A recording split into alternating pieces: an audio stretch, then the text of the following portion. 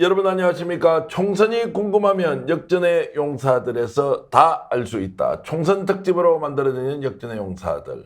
오늘도 방송 시작부터 700명이 이미 들어와서 어제 보여드렸던 방송이 얼마나 뜨거웠던지 저희들이 실감하고 있습니다.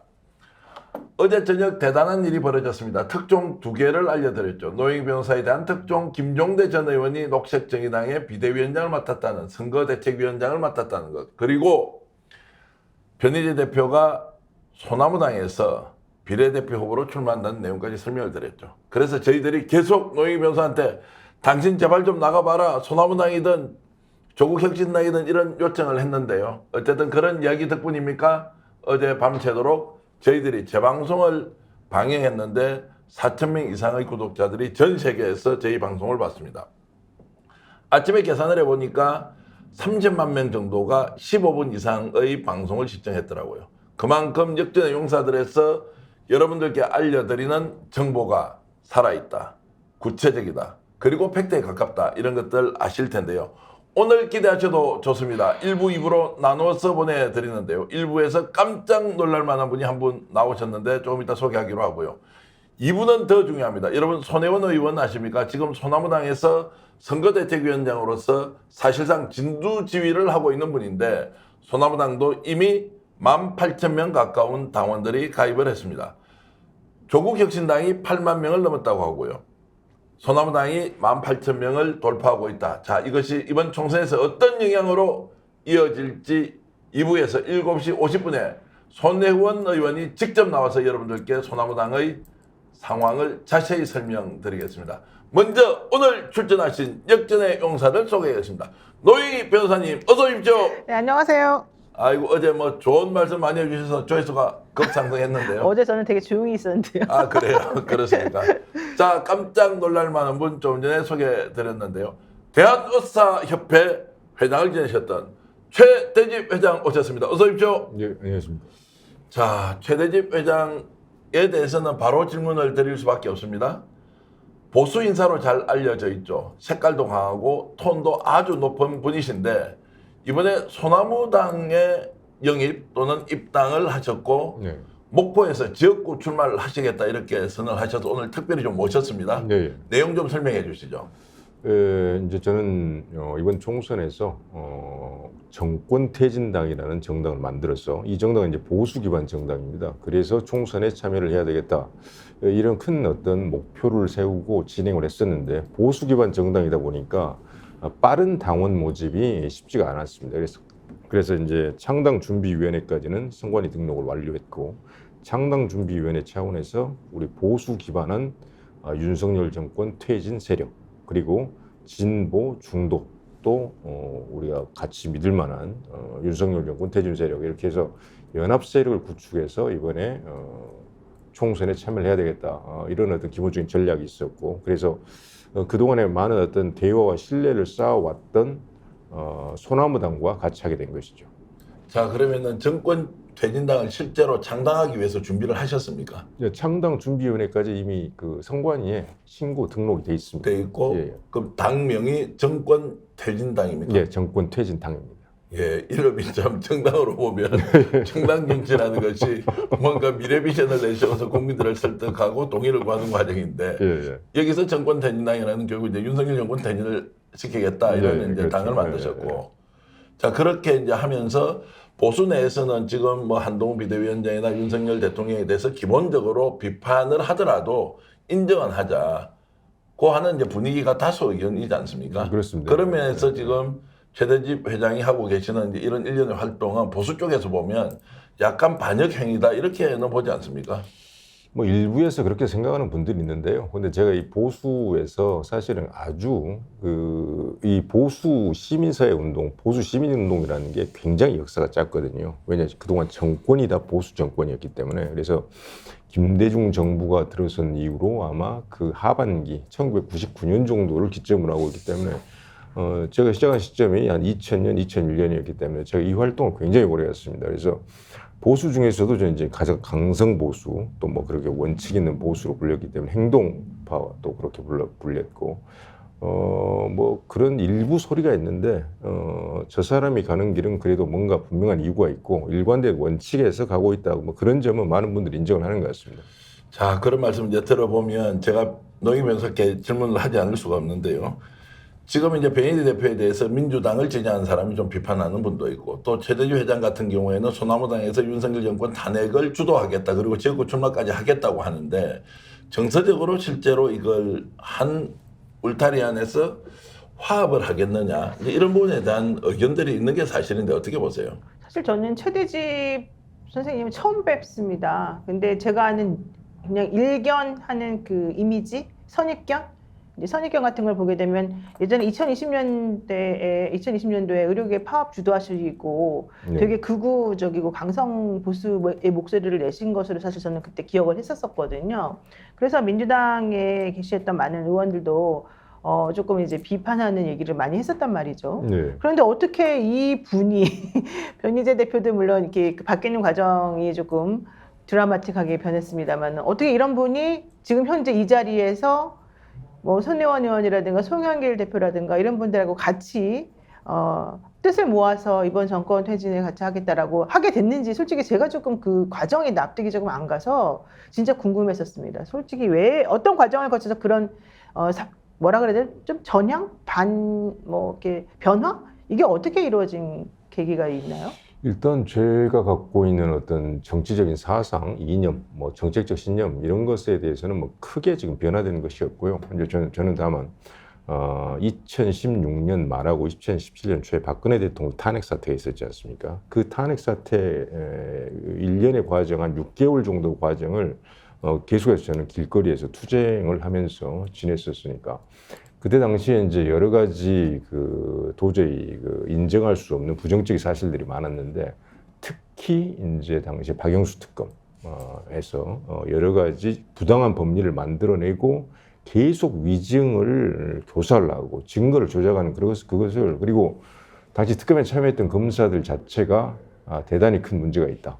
이런 것들, 이런 문제들이 있었기 때문에 그때부터 사실은 윤석열 당시 특검 수사팀장에 대해서 굉장히 비판적이었죠. 그래서 그리고 이제 정권이 바뀌게 문재인 정부가 들어서고 서울중앙지검장, 검찰총장을 하면서 소위 이건 정치보복이라고 보수에 대한 정치보복이라고 볼 수밖에 없는 어떤 그런 광범위한 구속 수사가 이루어졌단 말이죠. 그것도 저희들이 볼 때는 대단히 부당한 법리에서 이루어졌다. 정치보복으로 볼 수가 없다. 그때도 저는 이제 제가 당시에는 대한의사협회 회장이었기 때문에 그걸 이제 정치사회적인 비판의 목소리를 낼 수는 없었지만 대단히 비판적으로 보고 있었고 뭐 되기 전에는 그 전에도 저는 계속 반대하는 운동을 했었고 근데 설마 저는 그 윤석열이라는 사람이 국힘당의 대선 후보로 영입돼서 들어가고 국힘당 후보가 될 줄은 이런 현상은 사실 꿈에도 사실 못 꿨죠.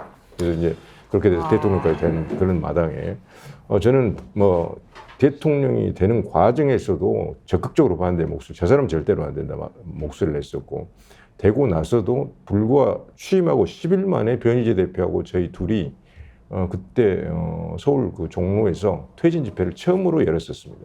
그래서 일관되게 윤석열 정권의 어떤 퇴진, 이건 개인의 문제가 아니라 이것은 이게 기본적으로 나라의 어떤 근간, 자유민주주의 근간, 법치 근간이 완전히 무너져 버린 것이다.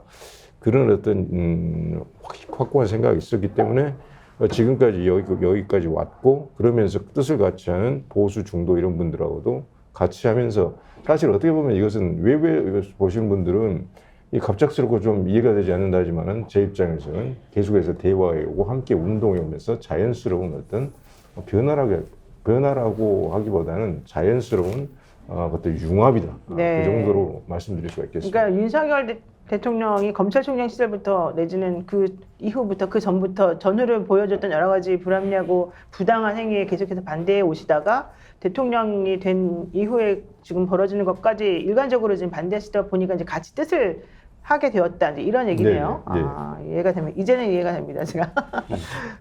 지금 어찌됐든 이제 목포 지역구에 이렇게 출마를 하시고 이러면 주위에서 이런저런 이제 평이 지금 나올 거 아닙니까? 사실 오늘도 저희들이 이렇게 모시고 이제 질문을 좀 드리고 싶었던 거는 원래 이제 강성 보수 쪽에서 또 활약을 하시다가 소나무당으로 오셔서 이제 목포의 지역구 출마까지 이제 하시면서 예. 실제로 책임감도 굉장히 크겠지만 바깥에서는 민주당 성향 또는 진보 민주 개혁 쪽에서 어찌됐든 최대집 회장이 그분들을 설득시키고 소나무당으로 이렇게 표를 끌어와야 되는 게 있지 않습니까? 예. 이제 이런 부분에서는 약간 정서적 또는 이제 좀 내용적으로 혼란스럽지 않겠나 이런 것 때문에 예. 꼭 좀 한번 질문을 이제 드리고 싶었고 어떻게 이제 소비자들을 유권자들을 소구할 것이냐 이제 이런 부분에 대해서 좀 질문을 드리고 싶은 겁니다. 예.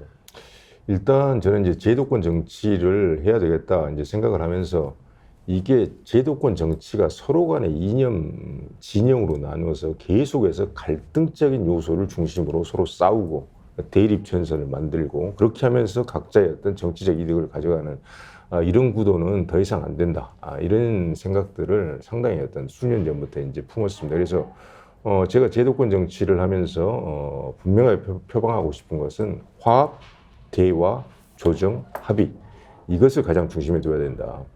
정치를 하는 방식이죠.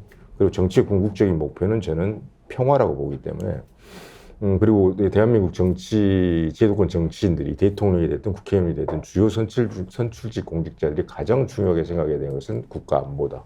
그 다음에 국민의 어떤 경제 안보 목적이 결국 평화 아닙니까? 그래서 국민의 경제 문제, 안보, 외교, 경제가 우리나라에서는 정치인들이 그 가장 중요하게 생각해야 될 문제고. 그래서 물론 제가 이제 고향은 전남 목포 사람이고 4대가 저는 목포에서 살았습니다. 대학 들어올 때 이제 서울대 들어오면서 이제 고향을 이제 떴는데 그래서 이제 목포의 그 정서가 어떤 정서인지는 제가 잘 알고 있죠.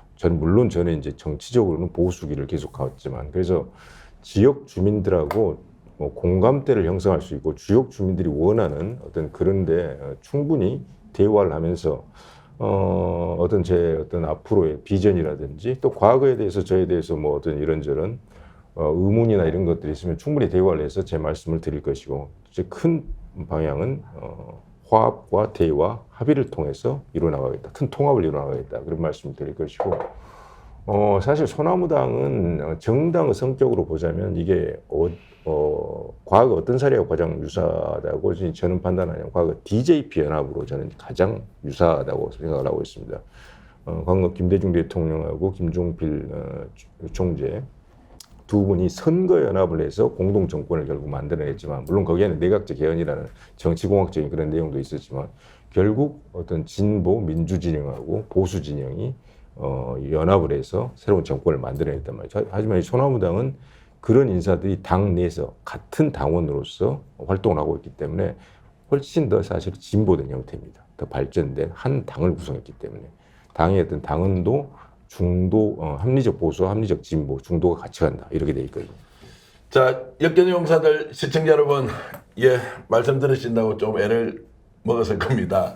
자, 좀 더 쾌활하고 발랄하게 제가 방송 기술을 좀 하겠는데 최대주 회장 말씀을 들으니까 잠이 올 정도는 아닌데 야, 이 텐션 좀 떨어진다 이런 말씀을 제가 좀 드리면서 중후하고 무게 있고 다 좋습니다. 그런데 어쨌든 역전의 용사들은 길거리에서 열심히 파이팅하는 사람들이 오늘 저녁에 시청자 여러분들 앞에서 밥상 차려놓고 할 이야기하는 프로그램이다 이렇게 말씀을 드리면서 그 사이에 구국의 강철 이빨 김종대 전 의원 오셨습니다. 어서 오십시오. 안녕하십니까. 구국의 강철 이빨 김종대 의원입니다. 이거 옛날 버전이고 그 강철 다 녹실었어요. 진보 닮은 여자로. 그래서 뭐 지금은 또 닉네임이 바뀌었는데 하여간 공사가 다 망해서 조금 늦었습니다. 자, 제가 그래서 오늘 지금 최대집 회장과 얘기 나누고 있고요. 여러분 지금 막 들어오신 분 지금 1600분 정도 들어와 계시는데 오늘 대한의사협회장을 지내셨던 최대집 회장이 소나무당에 입당을 했고 목포에서 지역구 출마를 한다. 그래서 윤석열 정권에 대한 타도 전선에 온몸을 던져서 불사르겠다고 결심을 하셔서 특별히 초대를 했고요. 댓글에는 유영금님께서는 최대집 화이팅, 매력도 있고 화이팅. 근데 목소리 좀 높였으면 좋겠습니다. 참고로 말씀드리고요. 그리고 이제 매국노책결님께서는 조국 송영길 합치세요. 이렇게 하셨고 모의공사님은 약간 비판적인 좋은 이야기 올려주셨네요. 소나무당이 파이터 집단입니다. 파이터 집합이죠. 이런 말씀 주셨고요. 그리고 최대집 목포에 나가서 잘하라 이런 이제 댓글도 있고요. 자, 어떻습니까? 지금 이제 최대집 회장 같은 분까지 여기에 들어와서 소나무당에 조금 전에 표현은 DJP 연합과 같은 것이다. 보수와 진보가 합쳐서 윤석열 정권 탄핵 전선에 나섰다. 이제 이런 부분에 대한 평가 어떻게 지금 파악을 하고 계십니까, 김종대 의원? 예, 일단은 뭐 어려운 길을 결심해 주셔서 또 뭐 저희가 또 이 정권을 무도한 정권을 심판하는데 그래도 한 명이라도 더 힘을 보태 주신 데 대해 경의를 표한다. 일단 용기 있는 결단이었다. 이렇게 말씀을 드리고 싶고요. 일단 소나무당이 지금 출범을 했기 때문에 조국혁신당과는 또 차별화되고 또 조국혁신당을 초월하는 뭔가 조금 강력한 색깔이 있었으면 좋겠다. 이런 어떤 주문을 드리고 싶습니다. 예를 들면 지금 지난주 금요일 토요일 날 이종섭 장관 출국을 막기 위해서 인천 영종도 공항에 한 3개 정당 정도 출동했는데 제가 눈여겨본 거는 해병대의 자유정의 해병대 연합에 거기서 상당수 회원들이 오셨고 자유정의 해병대 연합. 해병대 연합이 정당입니까? 아닙니다. 박정원 단체 대령을 제가, 후원하는. 예. 그리고 거기 또 대표는 국민의힘 당원인데 네. 한동훈 비대위원장 앞에서 입틀 막당한 경찰에 연행됐죠. 근데 갑자기 이름이 생각 안 나요. 제작진이 좀 찾아주셨으면 좋겠는데 저는 그 청년한테 진짜 엄청난 감동을 느꼈어요. 그래서 예를 들면 앞으로 여러 인재 영입이 있겠습니다만은 좀 그런 분들 영입 한번 고려해 주시면 어떠냐. 지금 입틀막 당하면서도 절대 의지가 꺾이지 않고 박정훈 대령 지키겠다고 출국장에 이종섭 장관을 막아서러 간 사실은 요즘 청년다운 청년들이 정치 전선에서 거의 지금 사라져 있는데 저런 파이터들, 저게 아스팔트 투쟁가들한테는 딱 떨어지는 어떤 인상을 주거든요. 네. 그런 경우도 한번 고려해 보셔야 되는 게 지금 2030이 이번 선거에서 사라졌습니다. 아시다시피 4년 전에는 한국형 모병제다, 반값 등록급이다, 청년 기본소득이다 해가지고 엄청나게 각 당이 청년 공약으로 막 쏟아내다시피 경쟁을 했는데 4년 후 이번 선거에 싹 사라졌고 그 다음에 조국혁신당의 2030 청년 지지율이 0%입니다. 네. 그러니까 완전히 공란으로 비어 있거든요. 정원철 해병대 예비역 말씀하시는 거예요? 한동훈 행사장에서 분변당했다? 예, 맞습니다. 그런데 이번에 최상병 의제가 청년 의제입니다. 그리고 또 거기에 마침 젊은 해병 예비역들이 가고 이런 걸 봤을 때 저 사람들을 위한 플랫폼이 없구나. 네. 제가 그걸 아주 뼈저리게 느꼈고 청년 세대는 공정과 정의 또 어떤 정책으로서 이렇게 가야지 뭘 타도한다 보수 진보다 이런 프레임들은 별로 적절치 않은 것 같아요. 그런 면에서 그런 어떤 효과도 좀 선점할 수 있는 좀 창의적인 정책 이런 것도 지금 할 만한 데가 거기밖에 없지 않습니까? 지금 매우 중요한 우리 최대집 회장께 김종대 전 국회의원께서 앞으로 소나무당이 어떤 정책을 가지고 2030에게 정말 제대로 된 정책을 내놓을 건지 조언을 해주셨으니까 꼭 당선되어서 그것을 법제화하고 정책으로 반영해 주시길 바라겠습니다. 댓글 오늘 좀 읽지 않을 수가 없는 게요. 노희 변호사 기다리지 말고 3년 기다리지 말고 빨리 어디로 들어가시래요. 이런 말도 있고요. 요즘 아주 그리고 마음이 괴롭죠. 그리고 송영길 최대집 대표 소나무당 화이팅 이렇게 혜수님께서 주셨고요. 타이탄님은 이렇게 주셨네요. 송영길의 최대집까지 호남의 인재들에게 기대가 큽니다. 이제 이 말은 오늘 이제 얘기를 좀 나누겠지만 민주당에 대한 호남 민심이 어떠느냐 이제 이런 것들이 바로 이어지는 좀 질문으로 갈 텐데요. 이런 부분들을 좀 더 얘기를 해보겠습니다. 자, 조국혁신당 이야기 좀 들어갈게요. 비례대표 신청 101명이나 했답니다. 자, 그러면 여기에서는 지금 대리운전 기사, 독립유공자, 사실 따지고 보면 저도 독립유공자 아들인데. 그래요? 아닙니다. 저 6.25 참전 용사도 이제 독립유공자. 그건 호국 이런 걸, 영웅 이런 패를 주시더라고요. 어쨌든 이런 분들이 와서 101명 됐다. 흥행의 대성공이고 8만 명 어제 이야기하고 또 꿀만 먹었는데 지금 9만 명, 10만 명으로 간다는 겁니다. 하루에 지금 5천 명, 1만 명씩 늘어나는 것 같고 거기다가 오늘 이벤트를 이제 시작합니다. 국민 참여 경선단을 모집하는데요. 14일부터 16일까지 대한민국 모든 국민은 만 18세 이상이면 조국혁신당에 신청만 하면 투표권을 주고요. 그분들이 지금 101명 중에서 아마도 전문심사단에서 20명으로 추리는 모양입니다. 그렇죠. 여기에서 투표 행위를 할 수 있도록 그렇게 하고 이 투표가 17일, 18일인데요. 다음 주더라고요. 다음 주 한 화수 정도 됩니까? 제가 아까 보긴 봤는데 기억이 정확하지 않은데 17일, 18일 여기에 국민경선단이 다 투표를 하고 그 국민경선단에 지금 현재 가입했던 당원들까지 아마 1인 4표로 할 것 같습니다. 이제 이렇게 해서 정말로 1번부터 20번까지의 후보를 결정한다. 이런 이벤트입니다. 자, 이런 걸 보면 소나무당 지금 갈 길이 멀기도 하고 조국혁신당은 거의 막 고속도로 올려서 막 100km 정도의 정속 주행을 좀 하고 있는데 소나무당이 좀 출발이 좀 늦지 않습니까? 예, 창당 자체가 지금 좀 늦어진 게 저희들이 굉장히 지금 그 시간이 너무 촉박해서 상당히 좀 거기에서 애를 먹고 있습니다.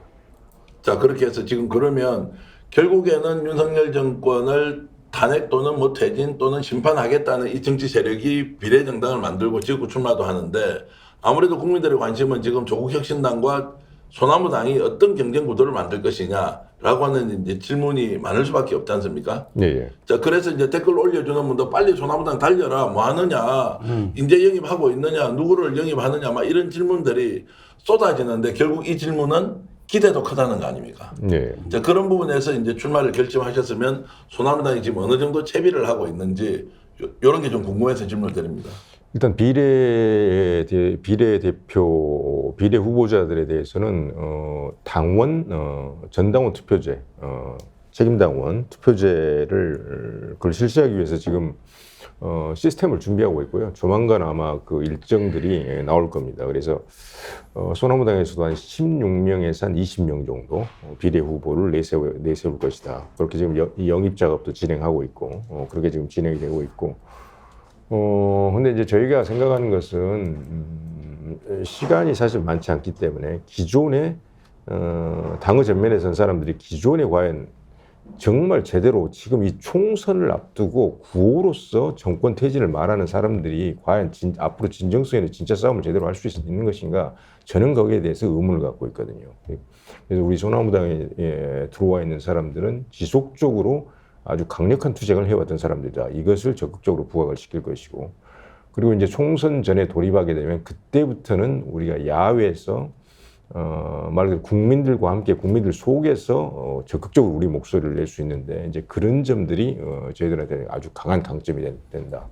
그런 점들을 말씀드릴 수 있을 거고, 그리고 내세우는 공약도 지금 무슨 전문적인 정책 정당 정책을 내세우는 선거가 아니거든요. 이번 선거는 저희들은 분명히 윤석열 정권 심판 선거라고 하기 때문에 윤석열 정권을 얼마나 효율적으로 이 잘못을 잘 드러내고, 그래서 저는 지금 당에 제안을 하려고 하고 있습니다. 윤석열, 김건희 3대 특검을 즉각적으로 시행을 해야 된다.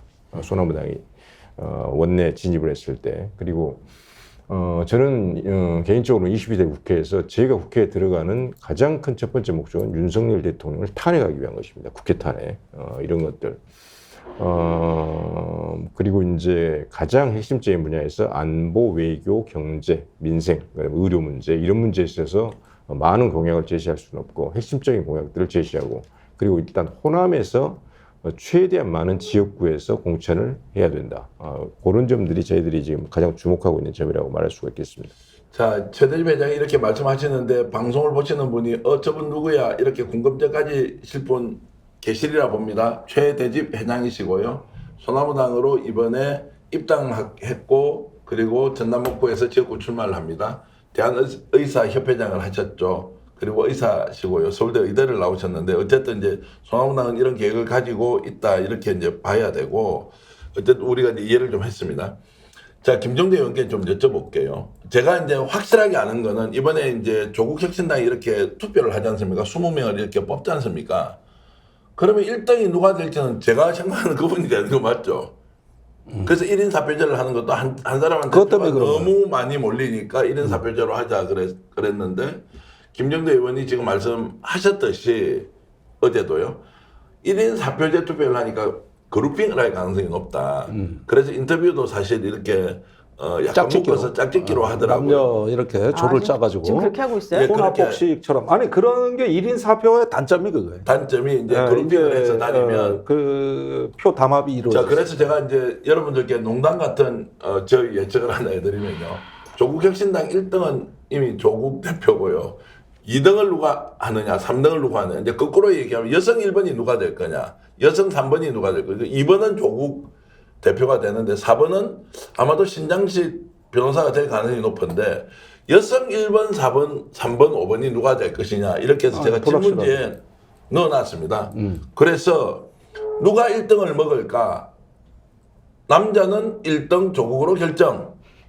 뭐 이것은 제가 정확한 예측입니다. 이번에 총선 그 투표 결과 나오면 제가 얼마나 잘 맞춘지 여러분 인정해 주십시오. 그 누구나 맞추는 거 아닙니까? 자, 여성 1번 누가 할 거냐? 제가 이제 질문 드렸습니다. 누굽니까? 김종대 의원. 글쎄, 제가 오늘 박은정 검사 그 인터뷰를 찬찬히 살펴봤는데 이게 파이터로서는 조금 이렇게 그 약간 그 에너지는 좀 작지만은 의외로 이렇게 찬찬히 듣다 보면은 힘이 느껴져요. 그래서 아마도 저기 검사 출신, 박은정 검사 출신 좀 유리하지 않을까 이런 생각이 드는데요. 지금 이 문제는 그렇습니다. 대부분 상위 랭킹이 너무 뻔하게 예측되는 경우에는 네. 이걸 같은 경쟁 명부로 한다는 건 자체는 1인 4표도 불합리한 거예요. 이게 뭐 표가 과반 이상 조국 대표한테 쏠릴 것 같으면은 그런 경우는 전략 명부로 빼주는 게 맞습니다, 사실은.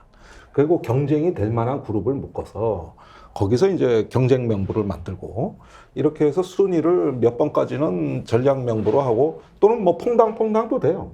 이렇게 해서 배치하면은 조금 더 관리하기가 수월했을 건데 그냥 한 바구니에 넣고 다 흔들어 버리는 스타일이 되면은 지금 저렇게 새로 인재 영입되시는 분하고 인재를 영입받는 조국 대표 입장이 같을 수가 없는 거거든요. 네. 그러니까 이런 경우에는 오히려 지금이라도 검토를 하셔서 당선이 너무 확실시되는 사람들은 전략 명부를 받아라 차라리. 예.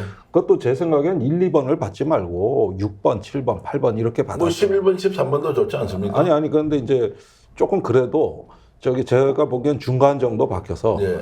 이렇게 하면은 투표율이 높아지거든요. 예, 예. 아무래도 조국 대표를 우리가 국회로 보내야 되지 않느냐 이런 절박성이 생기니까 한 6번에서 10번 정도는 전략 명부로 빼고 1번부터 한 5, 6번까지 여기를 경쟁 명부로 하면 이게 훨씬 더 흥행도 잘 되고 관리하기도 수월할 건데 이번에 다 해서 이거는 조금 약간 리스크를 안고 가는 스타일이에요, 이게. 지금 마케팅을 하는 방식을 보면 조국 대표가 여러 가지 구상을 할 것 같은데요. 본인이 예를 들어서 10번이죠. 10번을 받거나 12번, 14번, 16번으로 승부수를 던질 가능성은 있다 없다. 어떻게 아니 보십니까? 그러니까 저라면 그렇게 했을 겁니다. 그죠? 예, 제가 만약에 조국 대표 입장이라면은 우리 목표 의석이 몇 석이냐? 네. 거기에 목표 의석의 숫자에 비례 순번을 내가 받겠다. 그러니까 예전에 김대중 대통령이 그렇게 그렇게 했잖아요. 했죠. 그때 그렇게 10몇 했죠. 번을 그때 받아가지고 네. 지난번에 김종인 위원장이 자기가 비례 공천하면서 자기 2번 넣어가지고 그때 욕 먹는 그거는 거거든요. 그거는 굉장히 그렇게 하면 안 되는 욕먹는 거죠. 거거든. 그러니까 정말 될 만한 사람들은 좀 뒤로 빼줘야지 사람들이 그 투표를 더 많이 해주는데 예. 이제 본인들도 조금 사실은 이게 처음 해보는 거기도 하고 좀 불안하기도 하고 그래서 그렇게까지 이렇게 마음 놓고 우리를 뒷번을 넣을 테니 너희들이 우리를 좀 뽑아달라 이렇게 하기가 좀 어렵죠. 아니 그러니까 지금이라도 이거는 얼마든지 검토할 수 있는 사안이기 네. 때문에 사실 그 사이에 조국 혁신당의 세간의 관심과 표 또 심지어는 후원금과 당원가입까지 예상보다 훨씬 더 많이 몰렸거든요. 네. 그러면 그 상황에 맞는 관리라는 게 있는 겁니다. 이게 뭐 애시당초 정해져서 이게 뭐 관리상 이렇게 하지만 정치가 얼마나 그 시시각각으로 변하고 또 움직이는 생물인데 그 정도 적응력은 충분히 가질 수 있기 때문에 어쩌면은 제가 몰라서 그렇지 다양한 얘기가 틀림없이 있을 거다. 저희들 역전의 용사들 이 방송을 보시면요. 이틀 전에 저희들이 방송할 때 도태우 기억나시죠? 네. 대구 중랑구의 국민의힘 5.18 관련 발언 때문에 사퇴 압박받는다고 했을 때 우리가 처음 이야기를 했어요. 저 정도 사퇴 압박이면 당에서 공천 취소할 수도 있는데 했거든요. 딱 이틀 지났습니다. 오늘 아침에 자 공천 취소할 수 있다고 한동훈 비대위원장이 얘기를 하더라고요. 이제 이 말씀은 역전의 용사들이 현장에서 여러 사람을 만나서 정치적 현상들을 이렇게 파악을 하고 얘기를 하지 않습니까? 근데 너무 많이 몰려서 조국혁신당의 인기가 막 폭발이에요. 이럴 때 어떤 걸 하는 걸 관찰해 보면 승부수가 여기에도 나오는 거예요. 그렇죠. 그게 정치입니다. 조국혁신당 대표가 내가 몇 번을 받겠다. 이거 이제 여러분 지켜보십시오. 그리고 신장식 변호사 평소에 저는 존경하는데요. 그분이 살아왔던 삶의 궤적 정말 박수 받을 만한데 당선되어서 국회 들어가서 하는 것도 중요하지만 더 많은 사람을 당선시키기 위해서 신장기 변호사가 과감한 결단하고 나 후신의 주세요 라고 갈 수도 있는 거 아니냐. 정치란 상상이고 종합예술이다. 이런 말씀을 이제 드리면서 오늘 저희들이 사실상 처음으로 어느 방송도 얘기하지 않는 제안을 한다. 더욱더 파격적으로 국민을 설득시키고 동의를 받는 과정을 조국혁신당이 선택한다면 끝은 창대하리라. 이 말씀을 제가 아니 그러니까 드립니다. 이게 바로 지금 소나무당하고 조국혁신당이 다른 거예요. 지금 거기는 그 높은 지지에 맞는 새로운 좀 창의적인 관리가 들어가야 돼요. 이 자체가 정치입니다. 근데 소나무당 같은 경우는 의외 인물이 한두 명 섞여 있으면은 굉장히 그 악센트가 되고 네. 자극제가 된다는 거예요. 그리고 이제 저기 호남에 대해서 제가 드리고 싶은 말씀은 이런 게 있습니다. 의외로 호남이 표쏠림이 심합니다. 그러니까 예를 들면은 진보정당이 오면 다 호남에 오면 박수는 다 받아요. 근데 박상표를 까면 충청도, 제주도, 강원도보다 호남표가 더 적게 나오는 거예요. 이게 벌써 제가 여러 번 경험을 한 건데, 근데 항상 박수 쳐주되 표는 안 찍어주고. 그러니까 그렇게 항상 다르게 하더라고요. 이 실질적으로 표. 그런데 이런 부분에서 이제 호남은 전략 투표 또 표쏠림이 있습니다. 그런데 이번에 제가 보기에는 비례선거에서 호남 민심이 지금 상당히 고심을 하고 있다는 흔적을 많이 보고 있거든요. 그러면은 이번에 지역구에서 출마하면 물론 당선이 목표시겠지만 정당 지지율을 또 높이는 임무를 부여받고 있는 겁니다. 후보들이. 그렇죠. 그래가지고 이걸 통해 가지고 비례와 이제 상승작용을 일으키기 위해 지역구가 필요한 거고 조국혁신당은 지역구가 없는 거예요. 그러니까 이게 선거 때 막상 들어가면 무슨 차이가 있냐면은 갈 유세장이 없어요. 조국혁신당이. 지금 이 문제도 조국혁신당 해결을 해야 되는데 여기 소나무당은 지역구를 먼저 네. 일단 선점하면서 그러니까 스타일이 상당히 다른 겁니다. 여기는. 지금 몽땅 해피님께서요 댓글로 이런 말씀 주셨습니다. 조국 대표가 영입한 인사들을 보면 절대 탄핵 못 시킨다. 무슨 얌전한 사람 모임인가요? 이제 이런 말과 지금 조금 전에 김종대 의원이 언급하셨던 자 호남의 민심은 매우 전략적인데 이번에 지역구 출마를 소나무당에 대거 호남에 시키면 어떻게 이제 민심이 돌아갈지 모른다. 지금 현재 상황에서 호남 민심은 어떻게 돌아가고 있다고 평가하시나요? 일단은 가장 도드라지게 객관적 수치로 나타난 것은 일단 이재명 대표 민주당에 대한 어떤 실망, 이것이 일단 가장 크다고 봅니다. 실제로 이제 여러 가지 여론조사에 나타났지 않습니까? 그럼 이재명 대표가 이재명 대표 민주당에 대해서 왜 실망을 하는가? 그만큼 윤석열 정권에 대한 어떤 비판, 그리고 심판 선고로서 이번 총선을 제대로 가져가지 못했다는 이야기거든요. 사실 저기 이제 윤석열 정권의 비판적이고 민주당을 지지했던 그런 어떤 지지층에서 볼 때는 거듭해서 사실 용산 대통령실이나 한동훈 비대위원장 이런 쪽에 계속해서 당하는 모습, 그리고 자꾸 검찰 소환되고 재판받으러 나가고 하는 모습을 그 2년 가까이 보니까 그리고 이번 또 공천 과정에서도 여러 가지 파동이 있었지 않습니까? 사천 논란이라든지 그런 걸 보고 호남에서는 사실 이재명 대표에 대한 그런 어떤 지지율, 그 다음에 어떤 신뢰성이 많이 지금 제어가 돼버렸죠. 그래서 저희들은 최근에 그런 행태들을 보면서 이건 도저히 안 되겠다.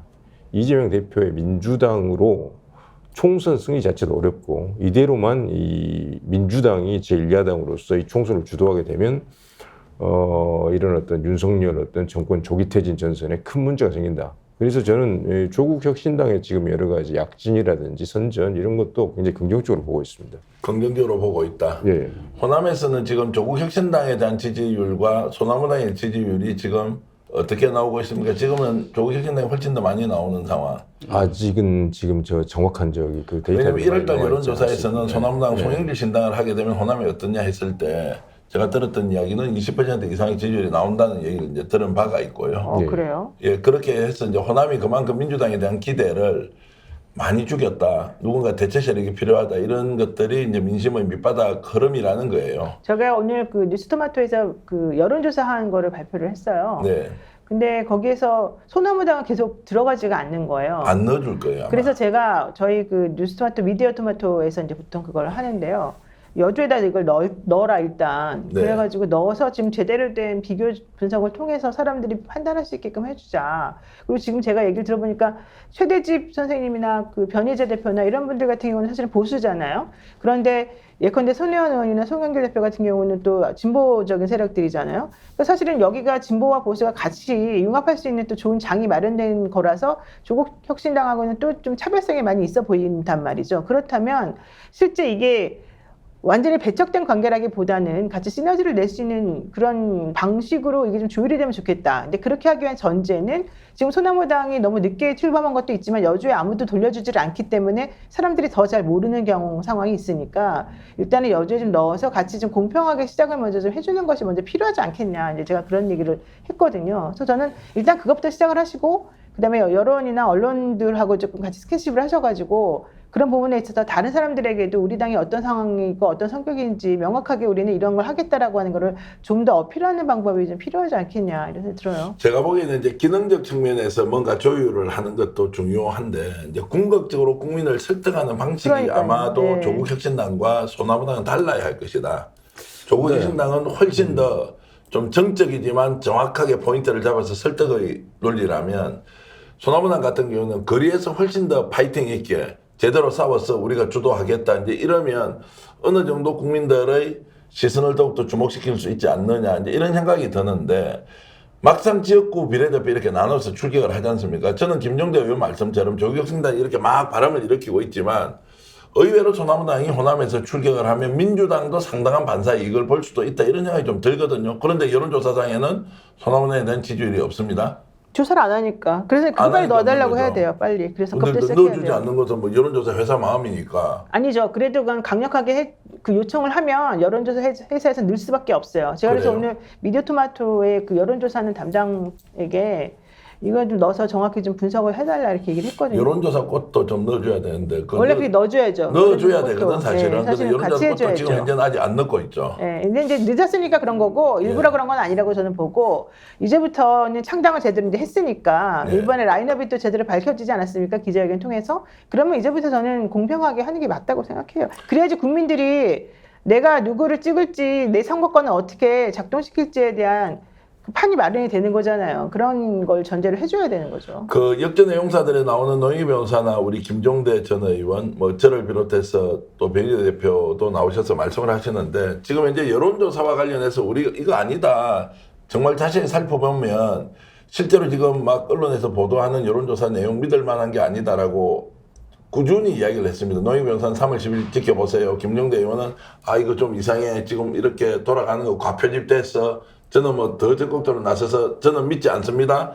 여론조사를 믿지 않는 것이 아니라 여론조사에 표집되는 그 내용을 믿지 않는다 이런 얘기를 했는데요. 똑같은 방식으로 지금 여러분들께 처음 말씀드립니다. 소나무당 아무것도 아니고 주저앉을 수도 있겠죠. 조국혁신당 홀로 독주할 수도 있겠죠. 그런데 여론조사를 하지 않기 때문에 실제 여론의 흐름이 무엇인지 우리 알 수 없다는 것은 좀 더 관심 있게 지켜봐야 한다. 그래야만 지금 현재 범야권 연대의 힘이 어느 정도인지 판단할 수 있지 않느냐. 그래서 지금 주제를 제가 좀 바꿔서 말씀드리면 잠깐만요. 근데 여기서 좀 핵심은 민주당의 좀 태도도 조금 저는 좀 바뀌어야 된다고 생각해요. 민주당이 지금 조국신당하고는 손을 잡았지만 송영길 대표가 지금 하고는 이 소나무당하고는 좀 거리를 둔다, 뭐 이렇게 완전히 절연됐다 이런 기사가 조금 나오고 있거든요. 근데 굳이 그럴 필요가 있겠느냐, 왜 그러느냐 이 부분에 대해서도 조금 민주당이 전향적으로 태도를 펼치는 게 좋지 않겠냐 이런 생각해요. 왜냐하면 이번에 민주당의 비례 라인업이 제가 보기엔 상당히 마음에 안 들어요. 근데 그렇다라고 해서 사람들이 비례 민주당을 전혀 안 찍을 건 아니거든요.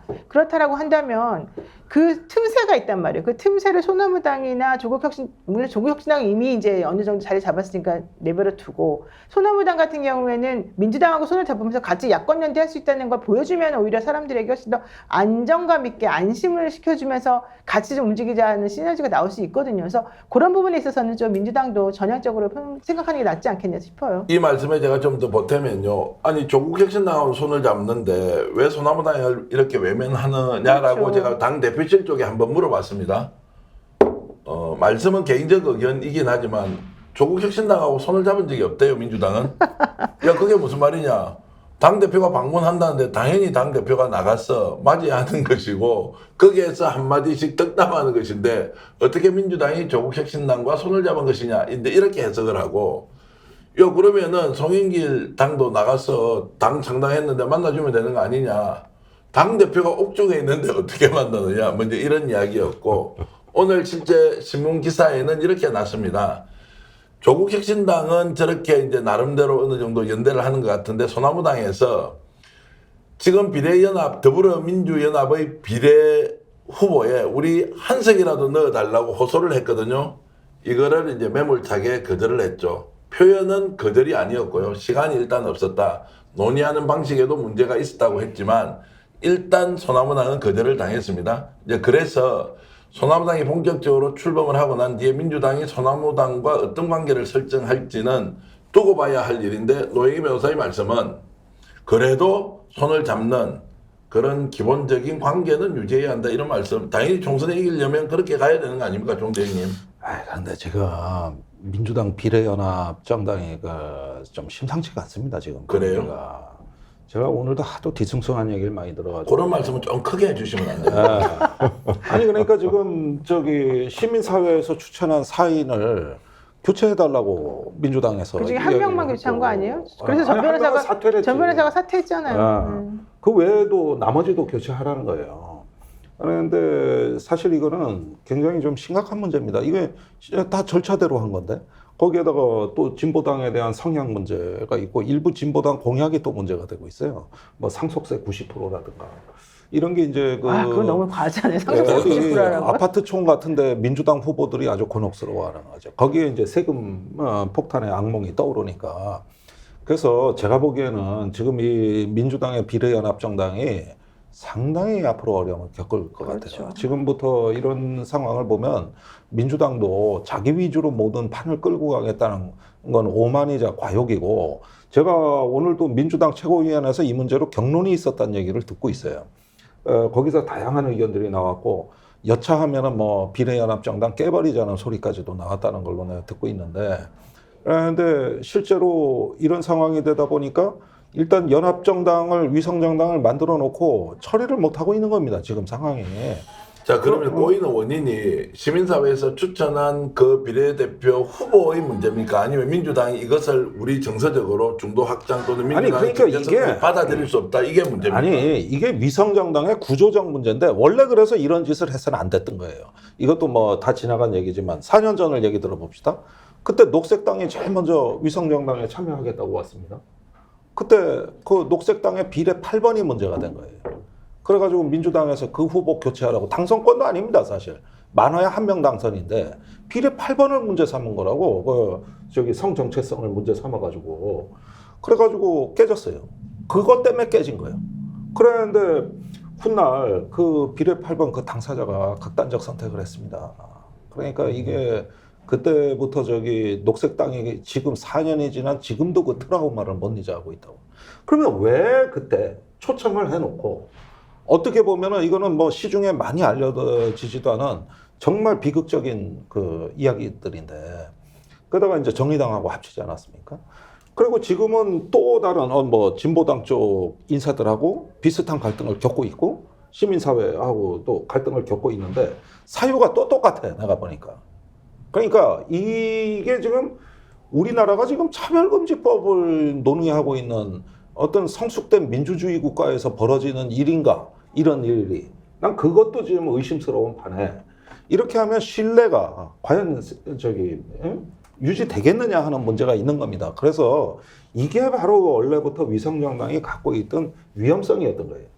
그래서 지금부터는 그쪽에서 어떻게 이제 이 사태를 마무리할지는 모르겠습니다만, 저는 원만히 마무리되길 바라지만, 일단 지지자들 입장에서 조국 신당이나 또 어쩌면 소나무당이라는 대안이 있을 때 민주당의 이런 상황에 따라 가지고 표의 이동은 분명히 존재하는 겁니다. 그걸 부인할 수가 없는 상황이다. 그리고 범야권으로서는 오히려 그게 낫다, 이런 상황까지도 우리가 내다봐야 되는 거예요. 그래서 지금 어떻게 보면 이게 민주당의 마지막 고비라고 해도 과언이 아니다. 자, 이 고비를 어떻게 풀어야 됩니까? 그러면 민주당은? 아니 일단은 시민사회가 과연 응하느냐 이걸 두고 봐야겠죠. 강력히 반발하지 않겠어요? 그래서 이런 부분들에 있어가지고 얼마나 이거를 원만하게 마무리 짓느냐. 저는 사실은 민주당이 양보해야 된다고 봐요. 왜냐하면 민주당은 입이 10개라도 할 말이 없는 거예요. 본인들이 초청해 놓은 거 아닙니까? 그리고 연합정당 다 합의한 거고. 그러니까 설령 마음에 안 든다 할지라도 이제 와서 이걸 어떻게 그 약속을 깨겠느냐는 거죠. 근데 그렇다 하더라도 너무 지나치게 극단적이고 이 민주당이나 다른 그 연합정당들의 정서하고 너무 동떨어진 주장이나 이런 걸 내서 한다는 것은 사실 민주당 입장에서 받아들이기 어려운 부분이 당연히 있죠. 그러니까 이게 당위적으로는 김종대 의원님 말씀이 맞는 말이고 원칙을 따지자면 그렇게 해야 될 수도 있겠습니다만 저는 선거라고 하는 거는 그런 식으로 막 해가지고는 사실 되는 것 같지는 않고 아무리 연합을 했다 하더라도 정도라고 하는 게 있는 것이기 때문에 수용 가능한 범위 내에서 이제 오케이가 돼야 된다. 그래서 서로 간에 예를 들면 민주당이 양보를 해가지고 이런 모양새를 꾸려줬으면 바구니를 만들어줬으면 거기에 참여하는 분들도 어느 정도는 거기에 호응을 해주는 것이 맞지. 야, 니네들이 판 깔아줘서 우리 들어오라 그랬으니까 우리는 우리 하고 싶은 대로 다 할게. 이렇게 하면 저는 그건 오히려 안 된다고 생각해요. 그래서 지금 말씀하시는 그 말은 취지는 제가 충분히 공감하고 그것도 맞는 말이라고 생각하지만 그럼에도 불구하고 지금 현재 이 총선을 앞두고 지금 민주당에 처해 있는 여러 가지 특히 대통령이 보여주는 무도함에 싸우려고 하는 이 야권연대들의 이 입장을 생각해 본다면 지금 그런 식으로 한쪽이나 이렇게 좀 너무 극단적인 주장을 하는 것에 대해서만 무조건 다 맞아 니네하고 내가 우리 약속했으니까 해줄게 라고 하는 거는 좀 위험 부담이 너무 크지 않겠습니까? 제가 아는 민주당 전략가도 노영희 변호사하고 비슷한 의견. 네, 그럼 좀 이것이 중도적인 확장이 윤석열 있어야 정권 되는데. 심판을 위해서 범야권 연대를 하면 거기에 맞는 인물에 대한 추천권을 재정파가 가지고 있지 않습니까? 네. 이제 이런 것들을 좀 정치적으로 고려를 해서 선수를 내셔야 하는데 오히려 그렇죠. 정파 논리가 너무 많이 들어가 보니까 국민 정서상 야 이거 뭐야? 이거 아닌데? 이제 이렇게 될 수 있지 않습니까? 존중도 필요하지만 그 존중을 받기 위해서는 이 민주당이라는 틀 안에서 민주당이 표를 주니까 사실 국회의원이 되지 않습니까? 그들도 좀 어느 정도는 호응을 해줘야 되는 거죠. 그렇죠. 그들이 뭐 민주당에 무조건 의해서 가시는 표를 거죠. 받고 국회의원이 되는 그럼요. 것이라면 그런 부분에는 어느 정도 고려가 돼야 하는데 아니 그러니까 들어가지 말았어야죠. 들어가지 말았어야 거기서는 이 후보가 시민사회에서는 이 후보가 1등이요. 아이고 그리고 참. 절차에 의해서나 뭐 국민 배심원단이나 해가지고 보니까 이 후보가 제일 훌륭하다는 거예요. 그러면은 그 후보에 맞게 자기들의 어떤 문화와 체질에 맞게 해야지. 이걸 그 말씀도 갖다가, 맞는데 형님 내 중간에 끼어들어 죄송한데요. 그 후보 한 명을 뽑는데 3,000명, 4,000명이 소위 말하는 정치 이제 단체에 소속되는 멤버십을 가지고 그런 것과 아예 개방형 국민 경선을 하는 것은 좀 다르기 때문에 어쨌든 민주당의 한 전략가는 저한테 이건 어느 정도 조정이 되어서 민주당 틀 안에서 조정이 돼야죠. 비례대표 후보로 가는 것이기 때문에 어쨌든 제가 이 말씀 드릴게요. 종대 형님의 말씀을 존중해서 민주당에서 원만하게 지혜롭게 잘 해결하길 바라겠습니다. 제가 이 정도 말씀드리면서 저희들도 의견이 다르다 이런 말씀 다시 올리겠습니다. 자 그리고 이제 이상하게 퉁치고 넘어가네. 아니 퉁치고 안 넘어가면 싸울 것 같아서요. 제가 좀 넘어가겠습니다. 자 그래서 이제 민주당 지금 문제 얘기를 하고 있는데 생각보다 민주당이 복잡하게 되고 또 주도권도 조국 혁신당 거기다가 민주당은 이제 내부 고민이 하나 더 있습니다. 소나무당까지 이렇게 나와서 막 달려버리잖아요. 그래서 조국 혁신당까지는 인정하는데 소나무당까지 막 달리면서 이렇게 이제 됐을 경우에 정말 총선 주도권을 민주당이 소위 말하는 검찰 해체당에게 다 뺏길 수 있다. 이런 우려를 하고 있습니다. 어떻게 보십니까? 저희 소나무당에서 뭐 당론으로 최종 뭐 결정한 건 아니지만 그 뭐 당론으로 결정한 사안도 아니고 저희들은 기본적으로 호남에서 지역구를 최대한 많이 내야 된다. 지역구를 최대한 많이 해서 지역구에서 국회의원들이 직접 현장 국민들을 만나고 다니면서 결국 윤석열 정권 심판 그리고 정권 조기 퇴진의 그 여론들을 뜨겁게 달아오르게 만들어야 되는데 저는 이번 총선을 제가 생각하는 것은 제가 국민 대봉기 운동으로 이 윤석열 정권을 무너뜨리겠다 그런 말을 자주 말씀을 드리고 있는데 동학 농민운동의 모델을 따라야 됩니다. 이번 총선은 소나무당이 취해야 될 점은 각 주요 제가 전남 지역에서는 목포, 여수, 순천, 화순, 광주, 전북은 분산, 그 다음에 익산, 전주에서 8대 거점 도시를 중심으로 해서 집중적으로 후보를 거기 나오게 하고 거기서 거대한 어떤 국민들의 어떤 큰 움직임, 엄청난 에너지를 거기서 우리가 분출하게 만들자. 제가 어떤 그런 제안을 했습니다. 호남 석권론을 우리는 지역구 비례 모두 호남 석권론을 이걸 가지고 선거에 임해야 된다. 그리고 저는 일단 지역구에 나가서 국민들과 직접 호흡하면서 그렇게 싸워야 되는 것이 어떤 선거의 본질이라고 보는 것이거든요. 그리고 그것을 바탕으로 해서 호남 주민들, 호남 국민들의 어떤 지지를 바탕으로 비례에 대한 지지도도 자연스럽게 올라가도록 만들어야 된다. 이게 아마 조국 혁신당하고 큰 차이점이 있는 것이고, 저는 아까 말씀 잠깐 하셨습니다만, 저는 좀 원론적인 입장에서 민주당이 사실 무리수를 둬가면서 이 준연동제를 도입을 했지 않습니까? 그랬다가 준연동제를 스스로 또 폐지한다고 했다가 어쩔 수 없이 또 가져와서, 그러면서 그 준연동제를 해서 또 준연동제에서 위성정당을 안 내는 게 또 맞는데, 또 위성정당을 내서 거기서 온갖 이질적인 세력들을 결합해서 거기서 또 무리를 일으키고, 이런 행태 자체가 정말 대단히 부정적이다. 이게 과연 자기들이 다당제, 다양한 어떤 의견들을 가지고 있는 사람들을 정치에 참여시킬 수 있는 건 틀을 만들겠다. 그 준연동제 취지는 굉장히 좋은 거죠. 거기에 정면으로 어긋나는 일들을 계속 이렇게 벌이고 있으니까 그것 자체도 대단히 어떤 정치 원칙적인 입장에서는 대단히 잘못된 길을 가고 있다. 저는 그렇게 판단하고 저는 있습니다. 사실 그렇게 폄하하면 안 된다고 생각하고요. 민주당은 다 아우르려고 노력하는 과정 중에서 이제 할 수 있는 것과 없는 것이 지금 나타나기 때문에 지금 이런 현상이 벌어지는 건데, 국민의힘 같은 경우는 아무것도 안 하고 오로지 내가 길만 가겠다. 나는 우리 편만 여기 끼어 들어가지고 우리끼리만 하겠다라고 좀 얘기하니까 아무도 거기다가 말을 못 하잖아요. 오히려 민주당은 얘네도 좀 같이 가고 저 사람도 같이 가고 이런 다양한 목소리들을 같이 담겠다고 하니까 오히려 그 다양한 목소리를 가진 사람들이 더 뭐라 그러고 더 화를 내는 거예요. 저는 그게 매우 부적절하다고 생각하고 부당하다고 생각하고, 또 하나는 지금 민주당이 가지고 있는 어려움이 있어요. 오늘 같은 경우도 뭐가 얘기가 나왔냐면요. 이재명 대표가 지금 요즘에 이제 사이다 발언하면서 정권 심판론을 계속 크게 얘기를 하고 있어요. 외치고 있어요. 많이 호응을 받고 있거든요. 표가 엄청 결집되죠. 이해찬 대표도 그래서 거기에 대해서 이해찬 고문도 동의를 하고 맞습니다 이런 식으로 지금 오늘 얘기를 했단 말이에요. 그랬더니 지금 선대위원장 같이 하기로 했더니 김부겸 전 총리가 거기다 대고 그렇게 가면 안 된다. 그냥 안일하게 정권 심판론만 주장해가지고 뭘 하겠다는 거냐. 이런 식으로 지금 여기서 딴지를 딱 걸어버린 거예요. 급제동을.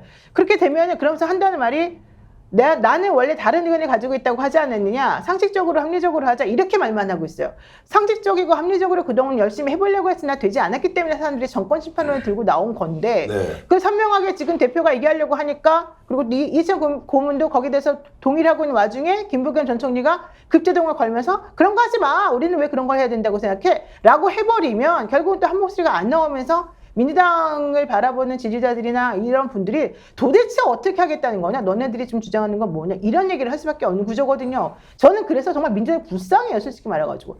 여기서 얻어 터주고 저기서 얻어 터주고 이거 해주려고 그러면 저기서 뭐라 그러고, 솔직히 말해서 100% 다 만족한 사람이 누가 있겠어요? 당연히 없죠. 하지만 한 가지만 분명하게 가져간다는 게 바로 목표였거든요. 바로 이 정권 퇴진 내지는 이 윤 정권 심판. 근데 그걸 하자는 목소리마저도 지금 내부에서 같이 통합을 위해서 같이 손잡자하고 하는 사람들이 여기서 지금 막 뭐라고 하는데, 그 외 다른 당들, 바깥에 있는 사람들까지도 계속해서 민주당만 지금 때리고 있단 말이죠. 이거는 매우 부당한 거예요. 힘을 줘야죠, 차라리. 저는 이제 노영희 변호사 말씀에 거의 동의를 하면서 하나 좀 다른 의견은, 조금 전에 민주당이 불쌍하다고 했지 않습니까? 저는 민주당이 전혀 불쌍하지 않고요. 이재명 당대표가 불쌍합니다. 저는 이재명 당대표가 당원들의 77.77%의 지지를 받고 대표가 됐는데, 정말로 당대표로 인정하느냐 인정하지 않느냐 이 문제에 대해서는 제가 피를 토하는 심정으로 이런 식으로 해서는 안 된다. 아무리 자신과 생각이 다르더라도 당대표는 당대표지. 당대표의 개인 흥결이 있을 수 있죠. 비판하면 되죠. 그러나 당대표가 가지고 있는 공적 권위 자체를 사적 감정으로 무시하고 짓밟는 행위는 말이 안 된다. 그래서 오히려 이재명 당대표는 불쌍한데, 그것도 이재명 당대표가 짊어지고 가야 할 운명 같은 일이어서 제가 조금 더 나가서 말씀을 좀 드리면, 자, 그래서 호남에서 지금 민주당이 지지를 못 받고 있다. 대체 세력으로 조국 혁신당도 나오고 소나무당도 간다. 이렇게 갔을 때 그 제3지대의 열풍이 전국 선거로도 이어질 수 있습니까, 종대행님? 아니, 그런데 이 문제 얘기하면서 제가 참 요즘 어떤 민주당의 강성 지지층이 이재명 대표한테 별 도움이 안 된다는 걸 항상 느끼고 있는데, 지지와 맹종은 다른 겁니다. 네.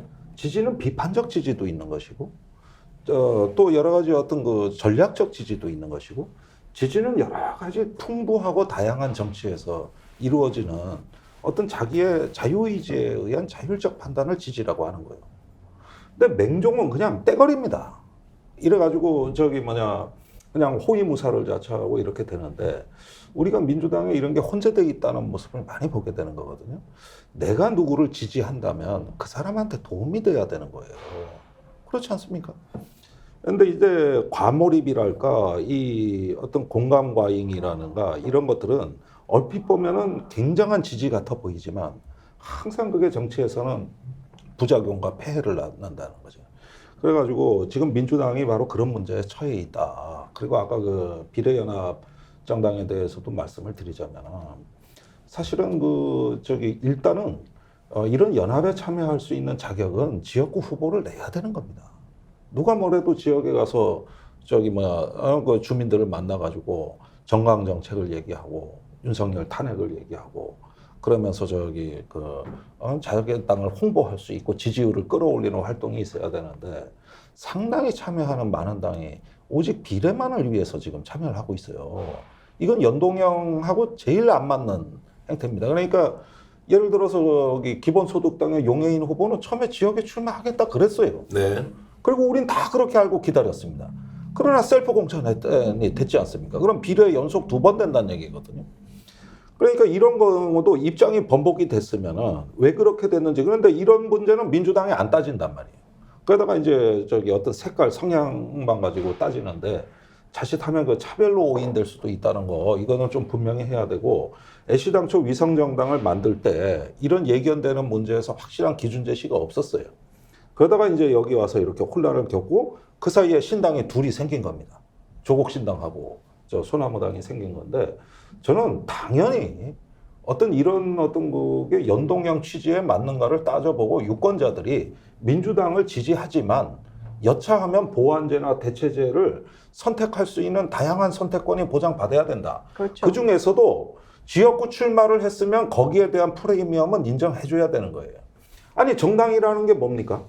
그 의석만을 가지고 창당하는 비례정당은 원래 있을 수가 없는 겁니다. 이거는 TV 토론 나가서 싸우기도 하고, 지역구에 가서 선거 유세도 하고 하면서 자기의 어떤 존재를 표현해내는, 이게 정당의 자격이 있는 거거든요. 그런 점에서 일단은 조국신당이 지역구 후보자를 안 냈기 때문에 소나무당이 지역 후보를 먼저 냈다 하면은 이거는 차별화가 되는 거고 보완제도 되는 거예요.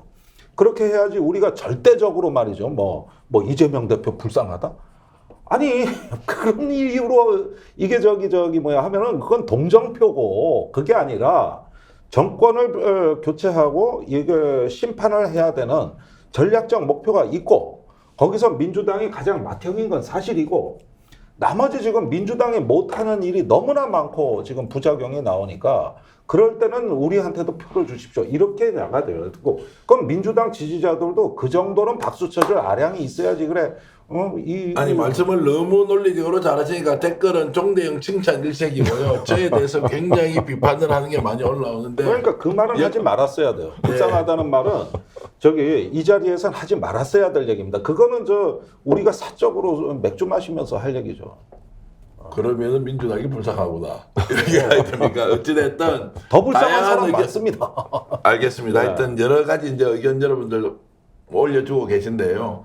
자, 그래서 약간 느닷없는 질문을 좀 드리면, 그럼에도 불구하고 지금 민주당으로 표가 엄청 결집되면서 지지율이 확 올라가고 있습니다.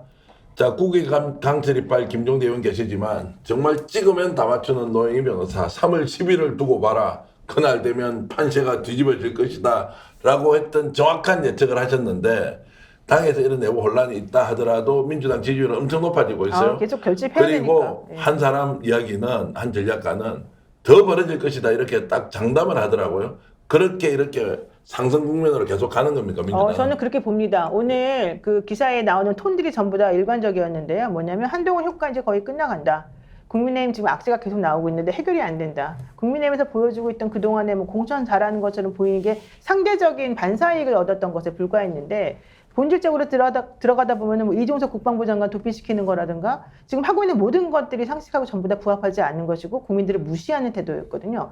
그런 것들이 이번에 박덕흠이라든가 정우택이라든가 뭐 도태우라든가 뭐 장해찬이라든가 수많은 이번에 후보들을 통해서도 지금 다 보여지고 있다고 생각해요. 저는 그래서 뭐 이런저런 얘기를 우리가 지금 하고 있지만 그건 전부 다 이제 더 잘 되라고 하는 얘기이고 분석한 얘기인 것이고 현실적으로 국민들은 지금 이 정권이 되게 불공정하고 편파적이고 자기네 식구들끼리 끼리끼리만 해먹으려고 한다라고 하는 생각 갖고 있기 때문에 그것만을 막아야 된다라고 하는 게 어느 정도 공감대가 있다고 생각해요. 저는 그래서 지금 소나무당도 저는 사실 지지를 하고 조국신당도 지지를 하고 다 지지를 하는데 그래서 결과론적으로 지지는 한다 하더라도 결과적으로는 이 야권표가 조금 분산되면 안 되니까 그것만 좀 다 좀 조율을 했으면 좋겠다. 그래서 시너지를 냈으면 좋겠다. 그래서 조국 신당과 이 소나무당이 특히 민주당하고 같이 이제 저는 민주당하고 뭐 서로 배타적이거나 오히려 방해되거나 이러지 않을 거라고 생각하고 있거든요. 서로 좀 가치관이 달라요. 이 포인트가. 그래서 그것들을 같이 조금 설득을 잘해서 국민들에게 다가간다면 범야권의 지지율이 합쳐지게 됐을 때 국민의힘보다 훨씬 더 높아질 것이다 이 생각합니다. 근데 지금 김정재 의원도 저런 이제 노희 변호사의 이런 흐름에 대해서는 동의를 하시고요. 그렇죠. 사실상 이번에 야권은 민주당이 치르는 선거도 아니고 조국 혁신당이 치르는 선거도 아니고 작은 영웅들의 연합이 치르는 거다. 작은 영웅들의 연합선거. 예, 연합선거다. 그리고 민주당의 호남 지지율이 지금 지금 한참 연초에 좋았을 때 비해서 약 한 15% 이상 빠졌습니다. 그리고면은 호남에서 만약에 새로운 신당이 없었으면은 호남의 투표율이 지금 크게 저하되지는 않을까. 이게 2월 말에 우리가 걱정했던 사안들 아닙니까? 근데 거기서 이제 분위기 반전이 일어났다는 거는 민주당도 이 새로운 어떤 신당들에 대해서 크게 어떻게 보면은 덕을 보고 신세를 지고 있다고 해도 과언이 아니에요. 다만 지금 소나무당에서 유념하셔야 될 사안이 있어요. 그건 뭐냐면은 지금까지 민주당에 대한 지지가 호남에서 언제 떨어졌느냐는 거죠. 역사적으로. 그거는 당 쇄신을 한다, 물갈이를 한다 그러면서 호남 몰살을 할 때라고. 그러니까 예컨대 국민의당 바람이 불었을 어떤 2020년 경우가 대표적이고 그때는 호남이 다른 전략적 선택을 했단 말이에요. 근데 이게 지금까지 민주당에서는 당 혁신은 호남 물갈이와 동의어였어요. 지금까지. 항상 그게 같이 가는 거였거든. 그 당시에 전북의 6석인가 8석 중에 삼선 의원이 한 명도 없었단 말이에요. 그러니까 이제 왜 당은 항상 우리가 당비를 내는 당원의 거의 60%가 호남인데 당 의사결정에서는 40%가 안 돼. 대의원이라든가 전국위원이라든가 다 따져보면. 그러면 기여는 우리가 하는데 의사결정에서는 반수가 안 되니까 이런 부분에 대해서 반기를 들기 시작한 거고 그게 이제 당시에 문재인 대표한테 대한 공격으로 연결되면서 호남 민심이 분화가 일어나기 시작했던 거거든요. 그러면은 최근에 뭐 호남에서도 제가 많은 현역 의원들이 이번에 경선에서 탈락하거나 컷오프되는 사례를 보고 있습니다만은 이랬을 때 호남이 혼란스러워지는 건 자명한 이치입니다. 네. 그러면 이럴 때 그 틈새를 소나무당이 일단은 짚고 들어간다. 그럴 때 일단 손혜원 의원 같은 사람이 대표적으로 바로 그 칼라에 딱 맞는 사람이라고 네. 볼 수가 있는 것이죠. 그래서 이거를 지역 전략을 일단은 짜되 여기도 비례와 지역 전략을 나누셔야 된다. 그 비례 후보는 아까 말씀드린 예컨대 해병 정의연대 청년 같은 이런 새로운 스타를 만든다든가 또 변희재 대표도 제가 알기로는 비례로 가는 걸로 알고 있는데 이런 식의 어떤 현장에서 지금 투쟁하고 있는 사람들로 맨 앞에 일렬을 세우고 지역에서는 제가 아까 말씀드린 전통적인 호남의 어떤 상실감을 만져줄 수 있고 그러나 민주당이 미처 다다르지 못한 거를 여기서 이제 그런 부분들을 짚고 들어가는 이런 어떤 지역 전략과 비례 전략, 이중 전략을 가지고 가셔야 되는 거예요. 그렇게 해야 이제 전체적인 모양이 완성이 되지. 어느 한 가지만 갖고는 이게 정당의 존립이 되겠느냐 이런 걱정이에요 저는. 최대집 회장께 질문을 좀 드리겠습니다. 이제 목포에서 소나무당으로 지역구 출마를 결심하고 지금 선거운동을 열심히 하고 계신데 대한의사협회장을 하신 분이죠.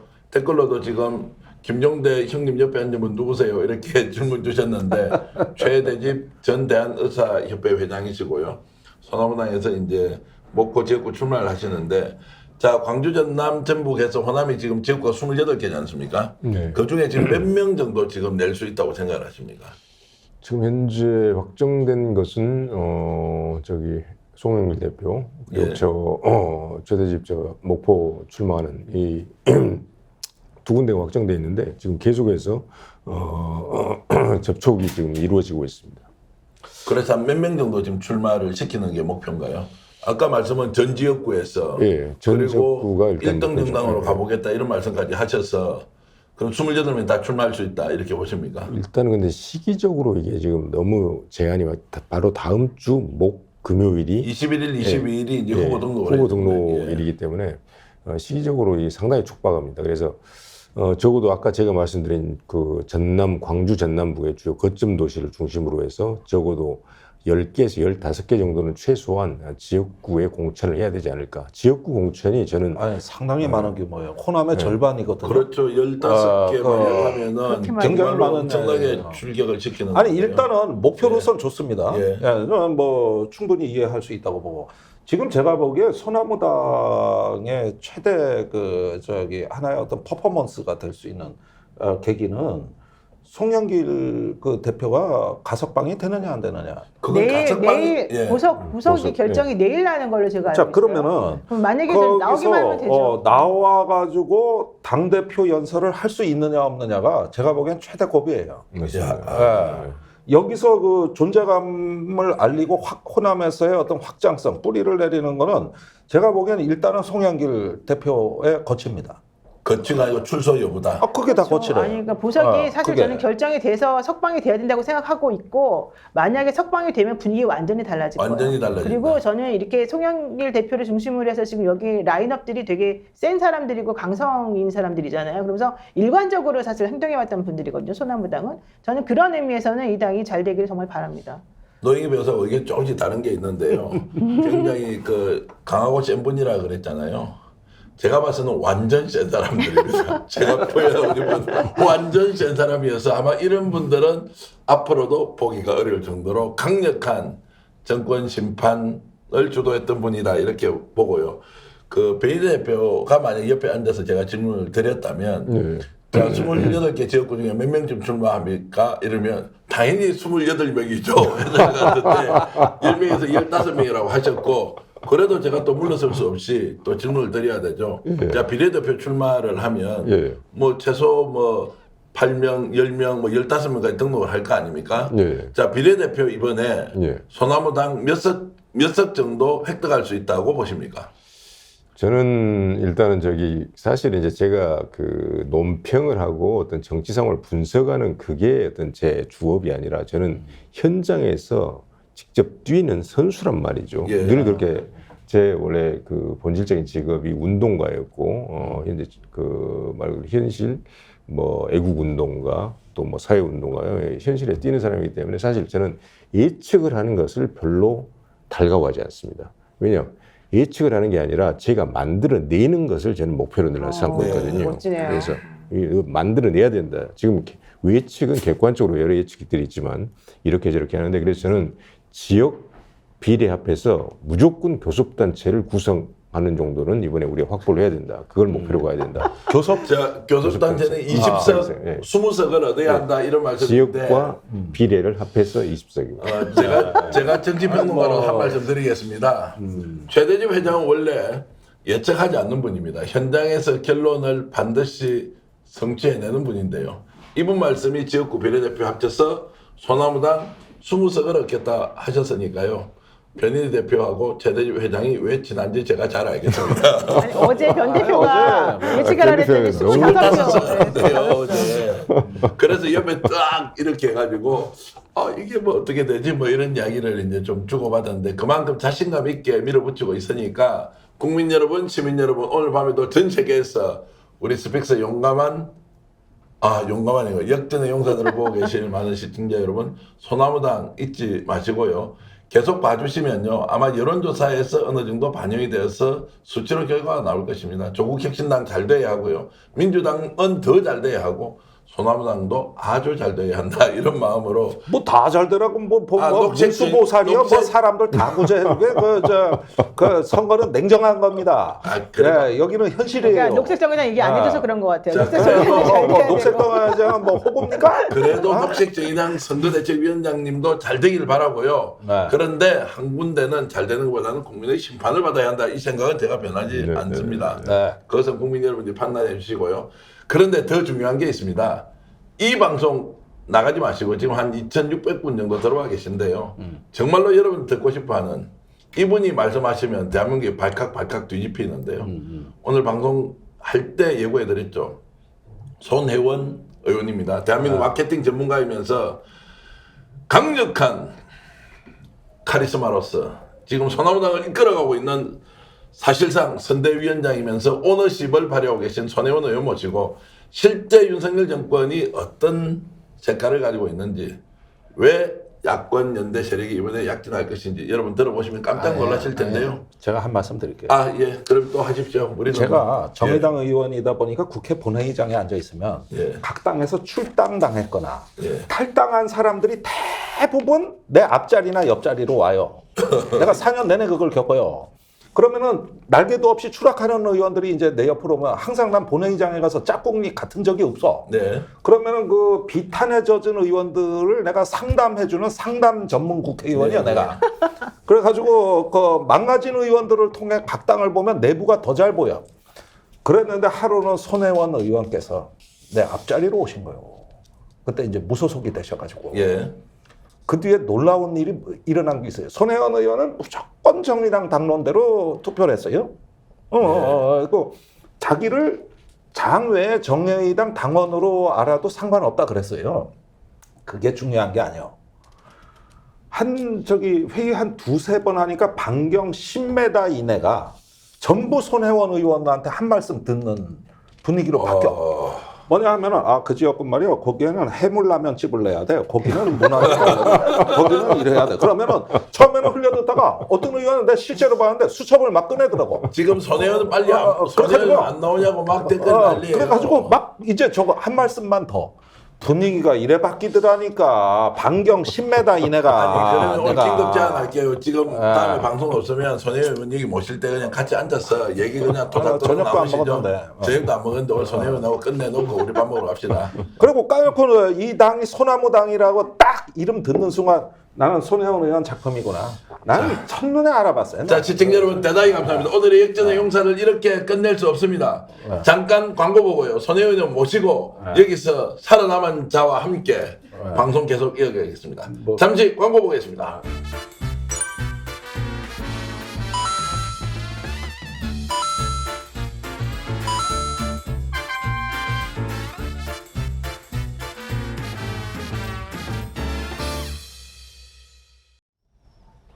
가장 믿을 수 있는 보험, 더 착한 보험 협찬으로 저희 방송 이어가는데요. 조금 전에 깜짝 놀라셨죠?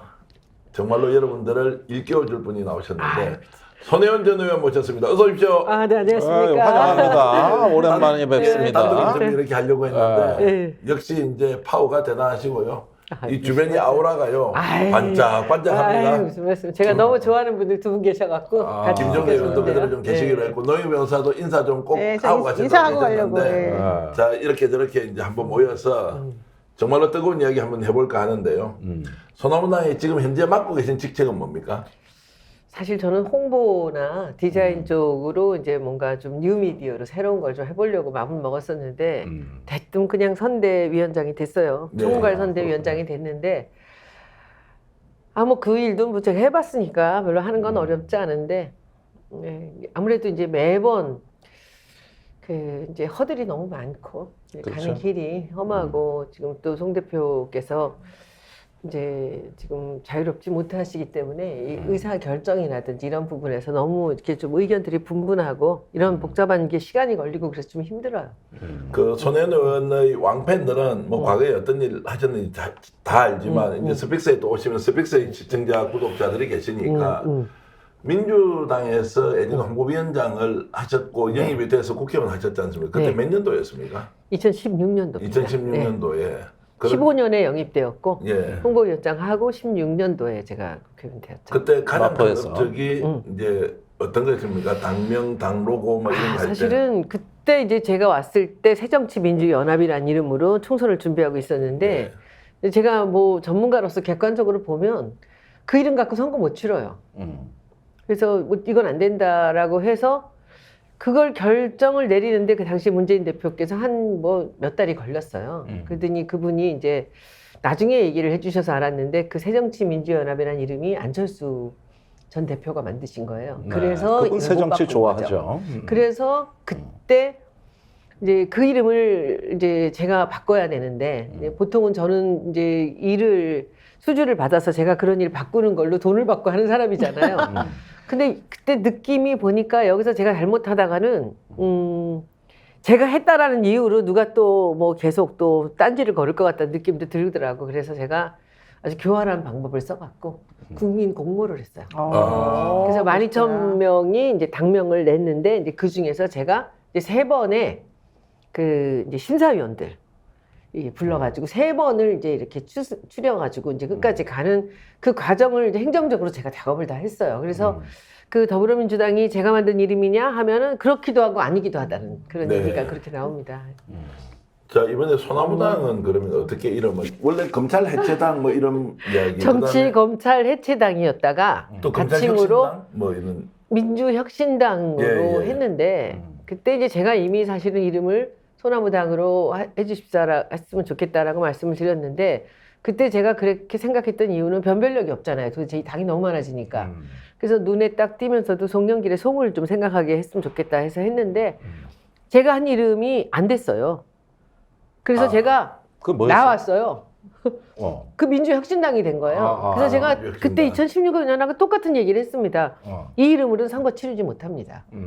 그 금방 기억이 안 나는 이름으로 어떻게 선거를 치릅니까? 그렇지. 해서 저는 이 이름으로는 선거 못 치릅니다 하고 나왔는데 좀 시간이 좀 한 일주일, 2주, 열흘 정도 지난 다음에 이제 마지막으로 저한테 한번 회의하자고 해서 그때 다시 가서 제가 하지 말았어야 되는데 거기서 싸워가지고 민주혁신당을 이제 소나무로 만들어 버렸어요. 예.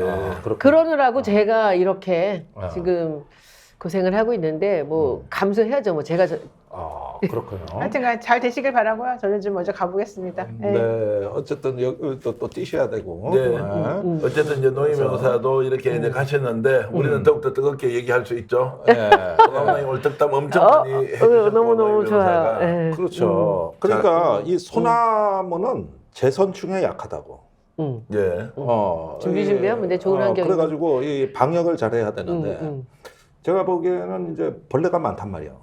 정치권에는 원래 쇠파리, 똥파리 다 끼는 게 정치판이에요. 그러다 보면은 이제 나름대로 소나무는 이렇게 그 싱싱한 어떤 또 그 순수한 청정구역. 이런 부분인데 그런 이미지를 과연 당 운영에서도 잘 유지할 수 있겠냐? 저는 뭐 지금까지는 비교적 잘 된다고 보고 있는데 어떻게 보십니까? 저? 제가 좀 덧붙여 질문을 드리면 소나무당은 지금 딱 처음 들으니까요. 이게 무슨 당 이름이 이래? 그런데 이 댓글로도 올라와 있습니다. 행복님께서는 처음 들었을 때 좀 생소했는데 자꾸 들을수록 결기가 생기는 당명이다. 이제 잊혀지지 않는다는 거예요. 그래서 이제 일단 네이밍에서는 상당히 성공을 했다. 이런 평가 지금 받고 계시죠, 벌써부터. 네네.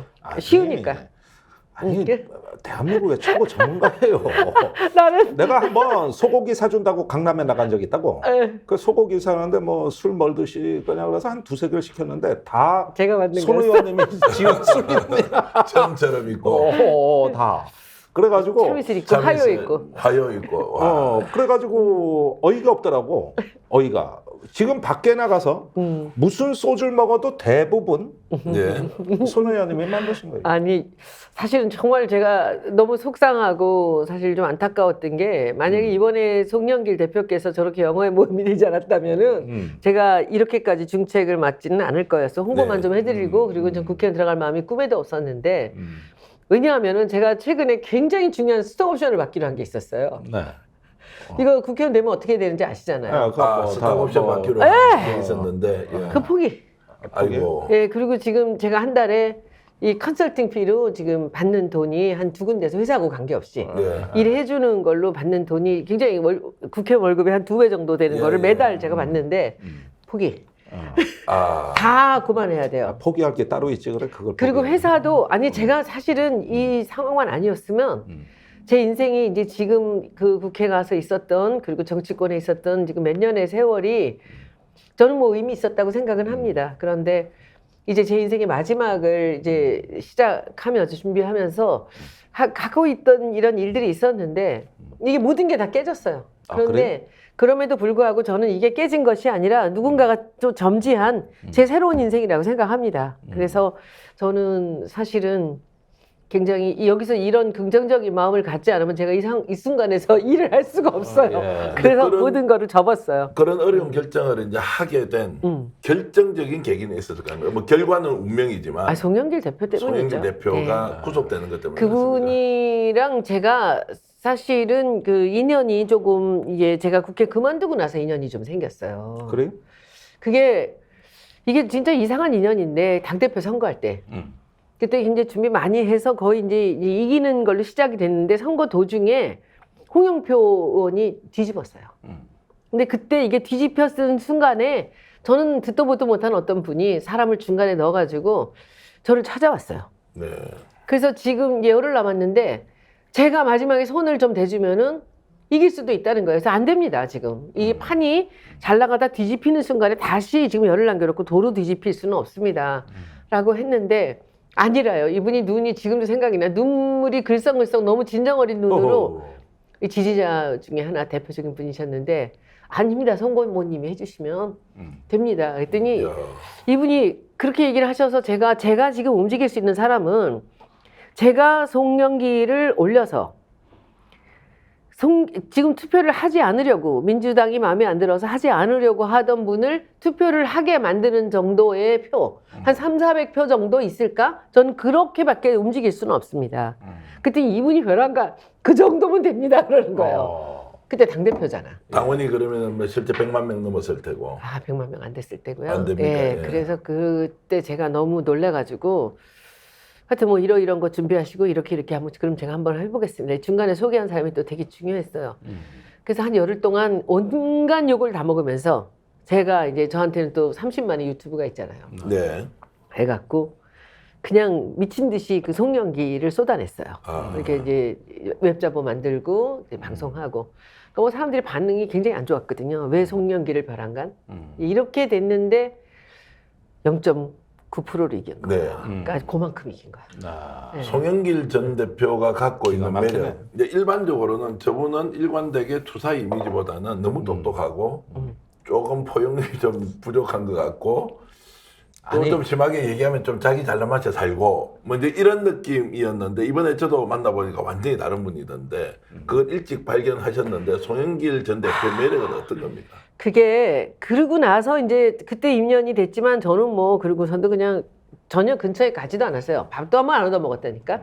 그런데 그 뒤에 이제 이재명 대표의 이제 사법적인 문제가 생기면서 이분을 어떻게 해야 될 것인가라는 얘기가 나올 때 이동영 작가가 방송에서 얼핏 얘기를 하는 거예요. 그래서 이 개항을 송영길을 뭐 시장 내보내고 개항에다가 이분을 넣고 뭐 이러는 거. 근데 그걸 듣고서는 이거 되겠다라고 해가지고 그때부터 그 작업을 시작한 거예요. 그래갖고 서울시장 나가도 안 되지만 될 가능성은 없지만 그래도 박영선보다는 조금 더 표를 많이 얻어서 여기서 한번 송영길이 사람들한테 인기 있는 사람이 될 수 있다는 걸 한번 보여주자. 제가 한 거예요. 그리고 어차피 당신은 큰 정치 할 사람이니까 여기서 우선이 뭐가 중요하냐 해서 이분이 그만두고 나가게 하는데 또 제가 거기서 일조를 한 거예요. 두 번째. 그런데 제가 이제 서울시장 할 때 그때 놀라운 일이 벌어지죠. 제가 이분을 이제 이미지 메이킹을 시작을 했는데 그때 이제 그 개딸들이 생겨나면서 그 개딸들이 이제 송영길한테 먼저 붙었습니다. 아. 그랬다가 이제 그 다음에 이재명한테로 넘어간 건데 그때 사람들이 몰랐던 그 매력들이 이제 보이기 시작하면서 본인이 스스로 정치를 그렇게 오래 했는데 처음으로 나도 팬덤이라는 게 있구나라는 걸 처음 느끼셨을 때예요. 그래서 그때 우리가 모두 이 송영길은 더 큰 꿈을 바라봐도 되겠다라는 그런 생각을 하게 됐죠. 그러니까 그 두 번에 제가 그런 이분한테 어떤 이제 좀 어디로 좀 움직이게 하고 이랬던 그런 이제 경험이 있었는데, 그러니까 뭐 굳이 친하게 지내고 뭐 제가 그런 건 아니었지만 결정적인 순간에 함께 했던 그런 기억들이 이분이 이게 어려운 순간에 있을 때 이걸 그냥 넘어가지 못하겠더라고요. 이래갖고 그러니까 지금이 또 그런 시기예요. 네. 예. 이게 제가 인생 살아오면서 진짜 얼마나 지금 가만히 생각해보면 얼마나 웃기는 일이 많으냐면은 가만히 생각해봤어요. 이번에 하도 내가 이 상황이 정말 좀 어이가 없어가지고 보면은 제 인생의 그 갈림길에서 선택했던 그 일들의 계기가 다 측은지심으로 간 거야. 아, 항상 어려움에 빠진 친구를 도우려고 어떤 길로 갔고, 그리고 또 회사를 처음 차렸는데 힘들어 하시는 분을 돕는다고 제가 준비했던 걸 버리고 글로 가서 도왔고, 이제 근데 한 번도 그런 제 선택에 대해서 제가 후회를 한 적이 없고, 어찌 보면 그렇게 갔던 길이 저를 오늘까지 오게 한 거예요. 제가 문재인 대통령 도우러 들어갈 때도 똑같았어요. 네. 잘 되던 회사를 모두 내리고, 그리고 거기서 정말 월급도 없는 홍보위원장으로 1년을 하다가 그 정말 고생을 정말 대통령의 부인 친구라고 해서 제가 타겟이 되면서 온갖 고초를 겪으면서 있다가 나왔는데도 저는 그 세월이 제가 제 삶에 있어서 굉장히 소중한 시간들이었다고 보거든요. 그렇다면 제가 이번에 이 송영길을 위해서 정말 지금 이 나이에 여기 나가서 다시 실전으로 이렇게 뛰게 됐을 때 이 두려움이 없는 거죠. 한 번, 두 번 겪어보니까. 좋습니다. 아니 그런데 그렇게 보면은 측은지심을 자아내기에는 송영길이라는 대표가 딱 맞아요. 왜 그러냐? 감옥에 가서 그렇지. 아니지. 다른 건 저기 아니고. 대표할 때도 저기 그 코로나 걸렸지, 인대 맞아. 나갔지, 머리 깨졌지. 예, 머리 깨졌지. 아니 다리 내가 기부스를 하루는 만나가지고 그거는 내가 대학 1학년 때 총학생회장이 송영길 선배예요. 아, 연대 나오셨어요? 예, 저 1학년, 3학년, 그러시구나. 4학년. 그러시구나. 그런데 음. 저는 사실은 40년 넘게 지켜봤단 말이에요. 아, 그러시구나. 40년은 넘어 40년째죠. 그럼 일로 넘어오셔야 되는데. 아니 이제 그래 같이 감옥 가자고? 아니 그랬는데 그 송영길 대표 마침 나 당 대표 험하게 하는 사람 보다 참았어. 어떻게 했어요 그때는 또? 아니 맨날 얻어 터지고 인대가 끊어지고 그때도? 뭐 아니 대표할 때. 예. 아 내가 어느 날 만나가지고 어이가 없더라고. 좀 살살 좀 하십시오. 그랬는데 이분은 대학 다닐 때나 당 대표 할 때나 안 이래 아껴. 보면은 변한 게 없어. 아끼지 네. 않아. 예, 변한 게 없더라고. 근데 똑같아. 그렇게 변한 게 없는 분이 왜 대중들한테는 아, 저 사람 대통령감이다. 우리 저 사람 대통령 만들어보자. 이런 것들을 또 왜 못 만들어냈죠? 욕심이 정치인은? 없어요. 욕심이 없습니까? 아, 이게 큰 이렇게 뭐라 그럴까 굉장히 소박하세요. 네. 소박하고 순수해요. 그래서 그분이 아마 586 중에서도 좀 왕따가 아니었을까? 아웃사이더였어요. 네. 예, 그래서 총괄 선대위원장 하고도 문재인 정부 때 입각을 못 하십니다. 아, 그때, 그거는 하라고 했는데 안 하셨다. 그런 게 자리가 이제 안 맞습니다. 맞았죠. 외교부 장관을 한번 하고 예. 싶었는데. 근데 법무부 장관 가라고 해서 안 간 거야. 했죠. 네. 글쎄, 저도 그때 뭐 그래가지고 저 어디 가서 와인 마시면서 서로 속에 있는 얘기도 하고 그랬는데 예. 뭐 본인이 원하는 건 딴 게 있었고. 예. 근데 그 보면은 내가 그때도 직접 면전에서 얘기했던 것 같아요. 나한테 의견을 묻더라고. 그래서 선배는 아웃사이더 이미지가 강하다. 나는 그렇게 본다. 그리고 이렇게 줄 서고 뭐 권력 만들고 패거리 만들고 이런 건 잘 체질적으로 안 되시는 거 아니에요? 그거는 이제 서로 이익을 이제 공동으로 할 때 이익 단체 같이 이제 이럴 때 뭉치거든요. 네. 네. 의원들이. 자기들이 뭔가 얻고자 할 때 이제 이렇게 그룹 이렇게 뭉치는데 이 사람은 그런 게 머릿속에 없어요. 아니 그런데 이게 제가 이제 체질적으로 봤을 때는 송영길은 굉장히 분석적이고 이성적인 인물이에요. 언제나. 그런데 균형 이제 있게 손혜원 판단하고. 의원님은 직관과 감성이 풍부하신 분이라고.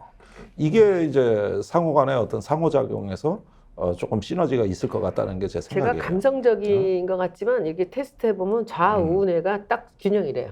네. 제가 그래서 그 사람들이 저랑 같이 일을 오래 했던 분들이 그렇게 얘기해요. 분명히 감성적이고 굉장히 감정적이고 그렇다고 보는데 실제로 일을 오래 하면서는 왼쪽 오른쪽을 딱 균형을 지키고 있으면 자기가 필요할 때마다 이쪽 거 꺼냈다 이쪽 거 꺼냈다 한데. 그거 편리한데 그 내가 질문은 뭐냐면은 그런데 왜 본인 정치는 손 우리 의원님 본인의 정치는 왜 그러면은 본인 정치가 어땠다고? 빛을 뭐 한 번 하시고 그거 몰라서 그러시는 거예요. 그다음에 목포도 아니 그렇고 이게 모르셔서 그러는데 음. 제가 이 정치라는 단어를 그 원뜻을 보고 제가 사실 국회를 들어갔어요.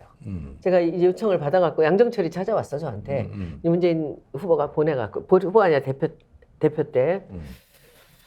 그래서 제가 정치면을 신문도 안 보던 사람이 여길 들어가야 되는데 뭐 주변에 얘기하면 무조건 반대할 거 뻔하니까 제가 말도 안 하고 내가 가야 될 것인가를 고민하면서 정치란 게 무엇인가라고 제 사전을 딱 찾았어요. 저는 네이밍을 하니까 사전을 굉장히 많이 봐요. 원뜻을. 정치의 원뜻이 너무 놀라운 뜻이 있더라고. 대중의 이익을 위하여 사람을 움직이는 힘이래. 멋있네. 대중의 이익은 공익이에요. 근데 저는 굉장히 이타적이고 공익적인 사람이에요. 남을 위한 일을 참 좋아하고. 아니 또 너무 그렇게 깔때기 하지 그런데 말고. 봐봐. 그게 정치의 원뜻이라면 내가 할 수 있겠구나. 그래서 간 거예요. 그래요? 갔더니 아니더라고. 아니 그러니까 아닌데 나 아닌데 저는 이 정치가 잘못된 게 아니라 여기 모여 있는 자들이 잘못됐구나 생각을 했고 그때 두 번째 제가 고민을 했던 게 뭐냐면 저는 사실 들어갈 때부터 한 번만 하고 나올 걸로 다 했고 정청래 의원의 자리에 그때 제가 비례대표 1번이었어요. 근데 그걸 버리고 제가 강을 건너간 거야. 그것도 또 양정철 탁현민이 와서 저를 또 꼬셔가지고 제가 비례 1번을 버리고 갔다. 한 거예요. 갔는데 가서 제가 이 너무 치근한 이 정청래를 보면서 제가 그때 같이 붙잡고 울면서 내가 이걸 지켰다가 네 자리 너한테 넘겨줄게. 이렇게 얘기를 했는데 사람들이 이 말을 못 믿을 거 아니에요. 그 말을 다 어떻게 안 믿어? 그러니까. 그래서 제가 어떻게 했느냐 하면 비서들을 5명을 제가 승계를 했어요. 믿으라고. 그래서 거기에 김성애 소장도 있었고 그렇게 제가 자기가 같이 데리고 있던 사람을 그대로 데려가니까 지역 보좌관도 마찬가지로 믿을 수밖에 없잖아요.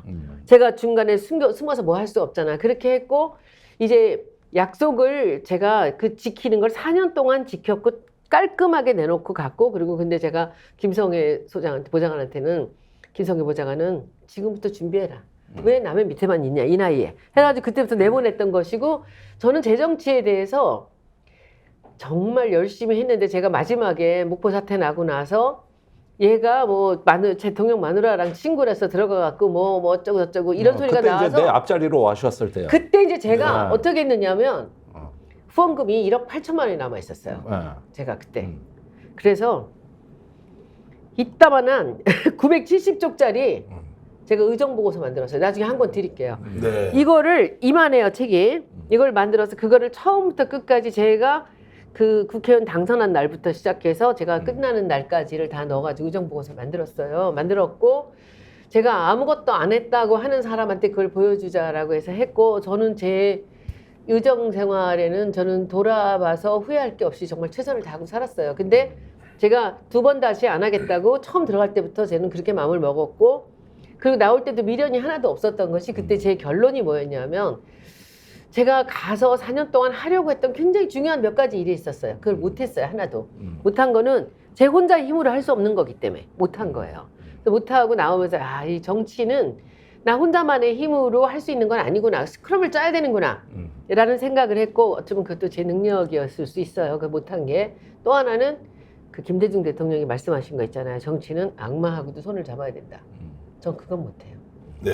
그래서 제가 미련이 없었는데 별로 정치적이지 못하신 거예요. 정치적이라는 게 나쁜 뜻으로 쓰이는 아니, 거라니까. 자, 좀 전에 말씀하셨던 게 이제 정치라는 것이 네이밍을 전문적으로 하시는 분으로서 보니까 대중의 이익을 움직이는 위해 거. 저는 대중을 움직이는 일은 누구보다 잘할 수 있는 사람이거든요. 근데 그게 공공의 이익을 위하여야. 다음에 기회가 있을 때 정말 한번 모시기로 하고 오늘은 이제 이게 소나무당이 어떻게 되느냐, 글쎄요, 아니, 정치신당이 어떻게 글쎄요. 되느냐 이야기해야 되는데 아니 소나무당으로 대중을 움직이셔야 되는 그건 이 하고 문제는 그건 지금 지가 그건 지가 해야 될 요걸 일이죠. 좀 걱정하지 속도하게 제가 마시고. 질문을 드리고 걱정하지 마시고. 정대행님하고 말씀 나누니까 오늘 밤새도록 해도 되겠다 이렇게 제가 생각이 드는데요.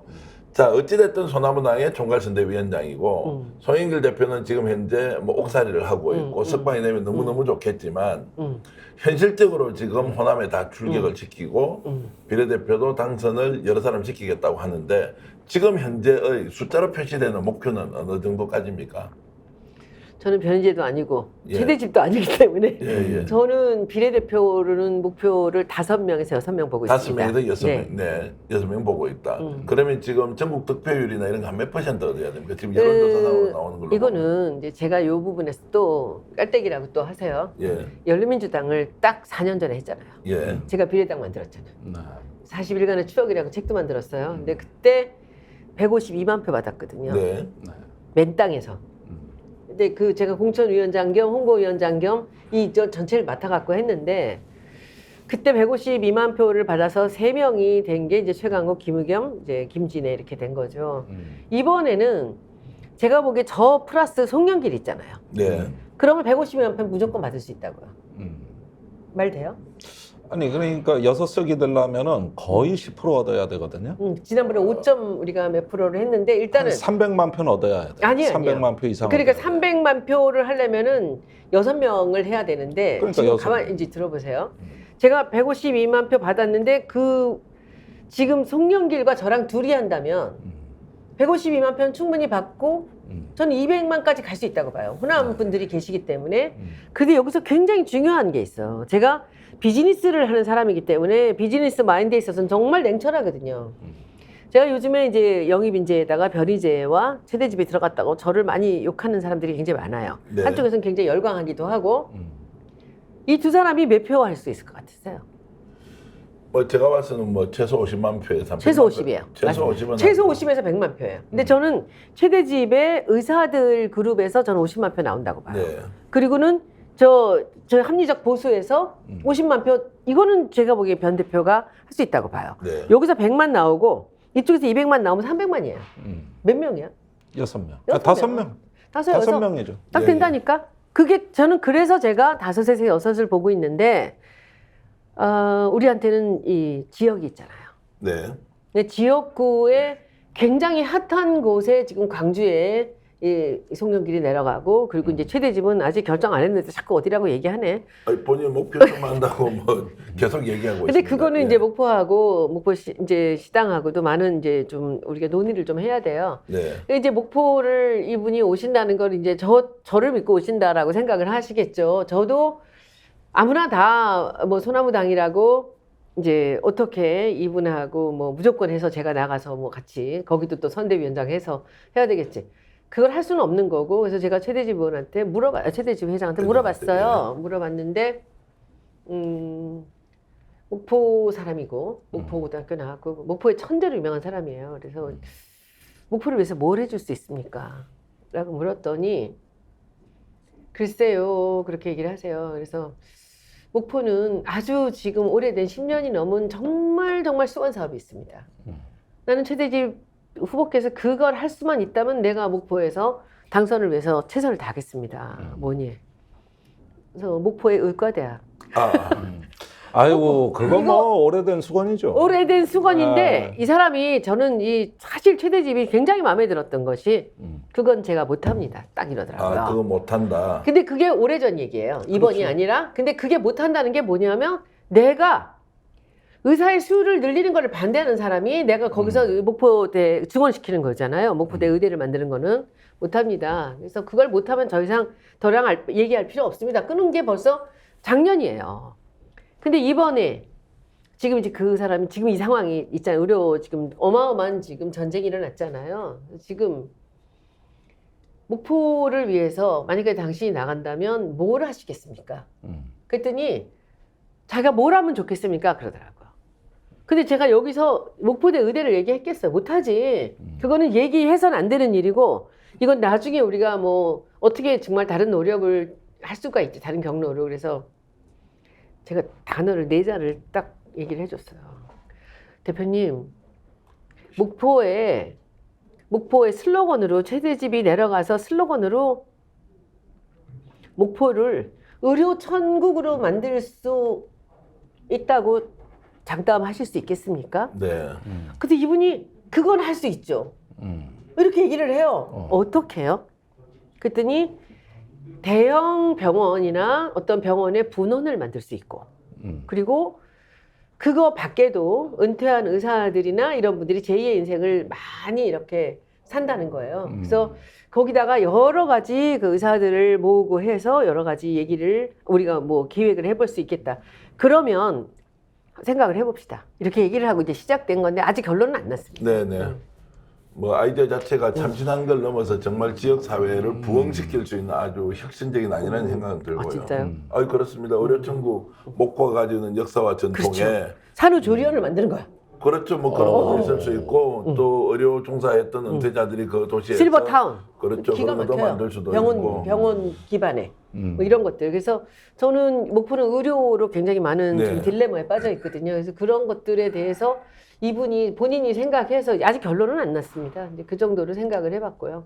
그래서 제가 이제 평론가니까 계속 옆에서 저는 이제 의석수가 어떻게 됩니까? 그럼 그 의석수를 어떻게 만들 겁니까? 하고 했을 때 이제 송영길 대표와 지금 손혜원 전 의원이 이제 만드는 한 150에서 200만 표에 최대집 회장과 이제 변희 대표가 만드는 한 100만 표까지 네. 이렇게 간다. 그러면 네. 5석도 가능하다. 네, 6석도 5석, 가능하다. 6석 봅니다, 저는. 자, 지역구까지 있다. 이제 이렇게 그러니까, 보는데 제가 이제 질문을 바로 좀 드리면 그러면 결국 이제 정권 심판, 정권 뭐 퇴진 세력이 똘똘 뭉쳐서 이렇게 하게 되면 조국 혁신당과 경쟁할 수밖에 없지 않습니까? 그럼 관계 설정 어떻게 합니까? 서로 손잡고 열심히 해보자입니까? 아니면 경쟁을 아예 그냥 노골적으로 선언하고 저희는 합니까? 손잡고 싶은데 손잡고 싶다. 그분들은 손을 안 잡아주세요. 예.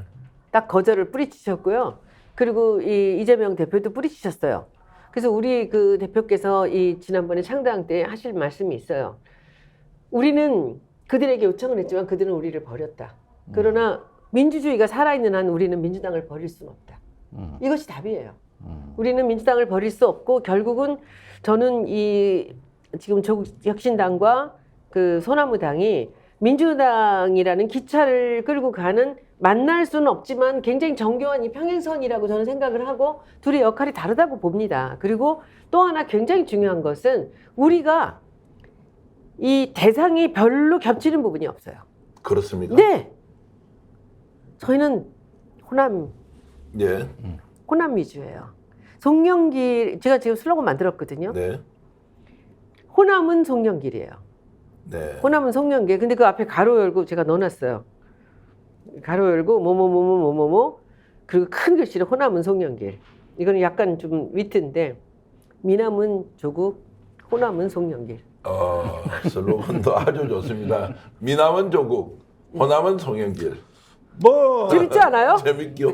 남진 나훈아 같아. 아니야. 뭐 보니까. 아니야. 이거는 왜 그래? 이거는 호남은 예. 이거 중의적인 거 더블 미닝이라고 아니, 하는데 뭐 알죠. 재밌죠? 예. 그래서 호남은 송영길인데 이 슬로건은 호남은 송영길이에요. 근데 이것도 이제 광주에서의 슬로건하고 우리가 전체로 우리 모든 지금 이 소나무당이 갖고 있는 슬로건하고는 좀 다를 거예요. 근데 우리가 갖고 있는 이 당의 슬로건은 호남 송영길이에요. 제가 원하는 거는 지금 우리가 300만 표를 지금 꿈꾸고 있지만은 제가 넘보는 것은 전국에 있는 호남인이에요.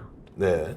호남 사람들의 피를 끓게 만들겠다는 게 우리 생각이고 거기서 가만히 생각해 보면 이 부분은 사실은 변희재 대표가 저한테 영감을 준 거예요. 왜 호남은 늘 남만 돕고 니네들 속에서는 새로운 대통령 후보가 있다고 생각하지 않느냐라는 거예요. 이 변희 대표가 10권의 송영길 책을 정독을 하고 2주 만에 책을 한 권 써버린 거예요. 봤어요. 김대중 그리고 그 송영길 호남 대통령을 꿈꿔라.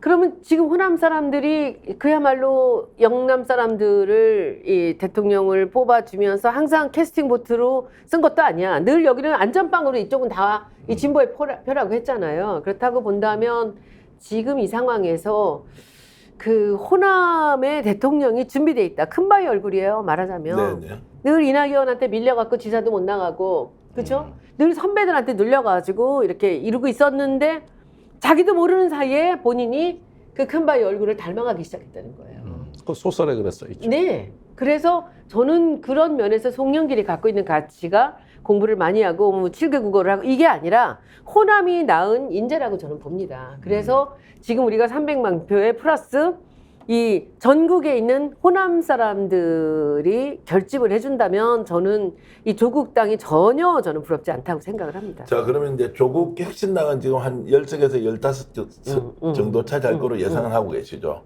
저는 뭐 그 관심이 없습니다. 그런데 이제 남들 마케팅 얘기는. 전문가로서 지금 이제 총선이 한 달이 이제 채 안 남았습니다.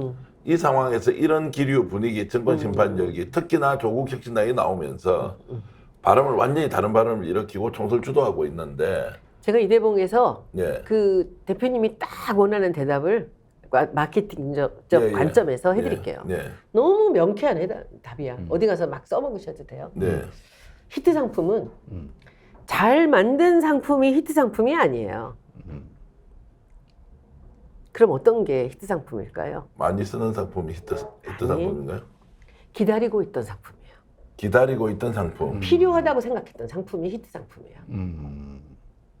아시겠죠? 네. 지금 조국과 송영길은 사람들이 기다리고 있던 상품이에요. 속 시원하게. 그런데 어떻게 보면 조국 혁신당보다 우리 소나무당이 훨씬 더 명쾌한 우리가 행보를 갈 수 있는 당이거든요. 그래서 저는 아마도 우리 당은 이 호남 사람들을 그야말로 희망을 갖게 하는 그런 당이 될 수 있을 것이며, 그리고 정말 이상한 일은 명동에서 태어난 제가 그 4년 전에 목포로 이주를 했잖아요. 저 목포 시민이거든요. 제가 호남 사람이에요. 근데 이게 보면 여기서 이루어지고 있는 일들이 이것이 정말 뭔가 이렇게 준비돼 있으면서 이게 뭔가 시간이 돼서 결국은 엎어지면서 다시 새로운 것이 만들어지는 이런 시간이 아니었을까? 이런 생각도 저는 들어요. 그런데 이것을 민주당이 어떻게 보면 굉장히 다행스럽게 생각해야 돼요. 왜냐하면 송영길이나 조국이나 민주당을 떠날 사람들이 아니에요. 네. 여기 있는 많은 사람들은 뭐 결국 먼지 털다 보면 떨어지기도 하고 밖으로 날아가기도 하고 하니까 이런 유형들이 생겨났지만은 결국 이 조국과 이 송영길은 그가 원하지 않던 간에 결국 민주당이 탄탄한 대로를 갈 수 있는 이 기찻길에 침묵이 되지 않았을까, 저는 철길이 되지 않았을까라는 생각을 합니다. 손혜원 선대위원장 말씀 들으니까 빠져들고 내일 당원 가입해야 되겠다는 생각이 순간적으로 드는데, 고맙습니다. 이 말씀을 정말 국민들한테 계속 알리면 와, 정말 돌풍 일으킬 수 있겠다 이 생각이 뭐 솔직히 좀 들었고요.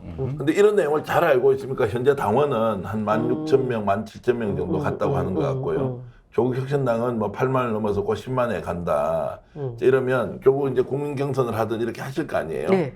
그럼 당원들이 이제 많아져야 되는데. 아니요. 우리끼리 이 안에서 지금 이제 오늘 우리 당원 투표를 통해서 이 순서를 세우기로 했어요. 예. 순서를 그래서 우리는 일단은 지금 시간도 짧았고 결정 단계도 너무 복잡하고 그래가지고 결국은 이제 유력한 그런 이제 분들의 천거를 통해서 우리가 이제 후보를 8명에서 10명만 낼 거예요. 네. 그만큼만 낼 건데, 이 상태에서 우리가 이제 저는 뭐 지금 이 선거 우리 선거를 돕는 여러 가지 방법들도 이제 우리 식으로 결국 우리 당에서 갖고 있는 그 장점이란 것은 홍보 능력이 좀 낫지 않을까, 이 정도밖에 없어요. 제가 보기에는 그거밖에 다른 거 아무것도 없는데, 제가 이제 뭐 정말 돈도 모자라고 정말 엉망인 상태인데, 제가 할 수 있는 방법으로 이제 이것을 헤쳐나갈 생각을 합니다. 그리고 실제로 지금 우리 당에서 준비하고 있는 그런 이제 일들에서 이제 저는 선거 유세나 이런 부분들도 제가 그런 얘기를 할 거예요. 제가 송영길의 책에서 보고 굉장히 감동한 책이 있었는데, 그 부분이 있는데,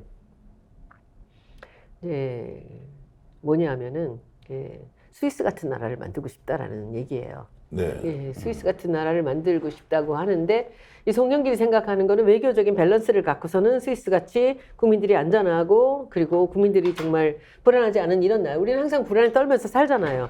이런 나라를 만들고 싶다라고 하면서 외교 공부를 많이 하고 있을 수 있지만 거기서 플러스 알파를 생각했어요. 스위스에 플러스 알파로 한다면 저는 관광 천국을 만들고 싶어요. 관광 천국. 근데 제가 국회에 있으면서도 계속 노력했던 게 뭐냐면, 아주 오랫동안 제가 한 15년 정도 천착했던 부분인데, 저는 우리나라는 역사가 굉장히 다양하잖아요. 다양한 역사 속에서 그 시대의 유물들이 되게 다 있어요. 그런데 정말 찬란했던 백제 유적이 없어요. 다행히 무령왕릉이 이 70년대 초에 발굴이 되면서 백제가 정말 이랬구나라는 거를 보고 너무 놀라웠죠, 우리는. 그리고 일본의 아키히토가 자기가 무령왕의 후손이라고 얘기를 했잖아요. 그러면서 제가 일본의 고대사를 보기 시작했어요. 그래서 그 일본 백제 시대에 어떤 집을 짓고 살았고 어떤 인물들을 만들고 있었다는 게 일본의 정창원이라는 보물이 그대로 보관이 돼 있어요. 그래서 제가 항상 그거를 15년 동안을 다니면서 그걸 보고 있었는데 저는 이번 선거 때 이 한강 이남부터 시작해서 이 정말 신안까지 목포까지 해서 이 백제의 흔적들을 최대로 살려갖고 그 역사의 관광지를 만들고 싶다는 생각이 있어요. 근데 그거는 너무 쉬워요. 관광은 이 역사가 최고고요. 그 다음에 문화예요.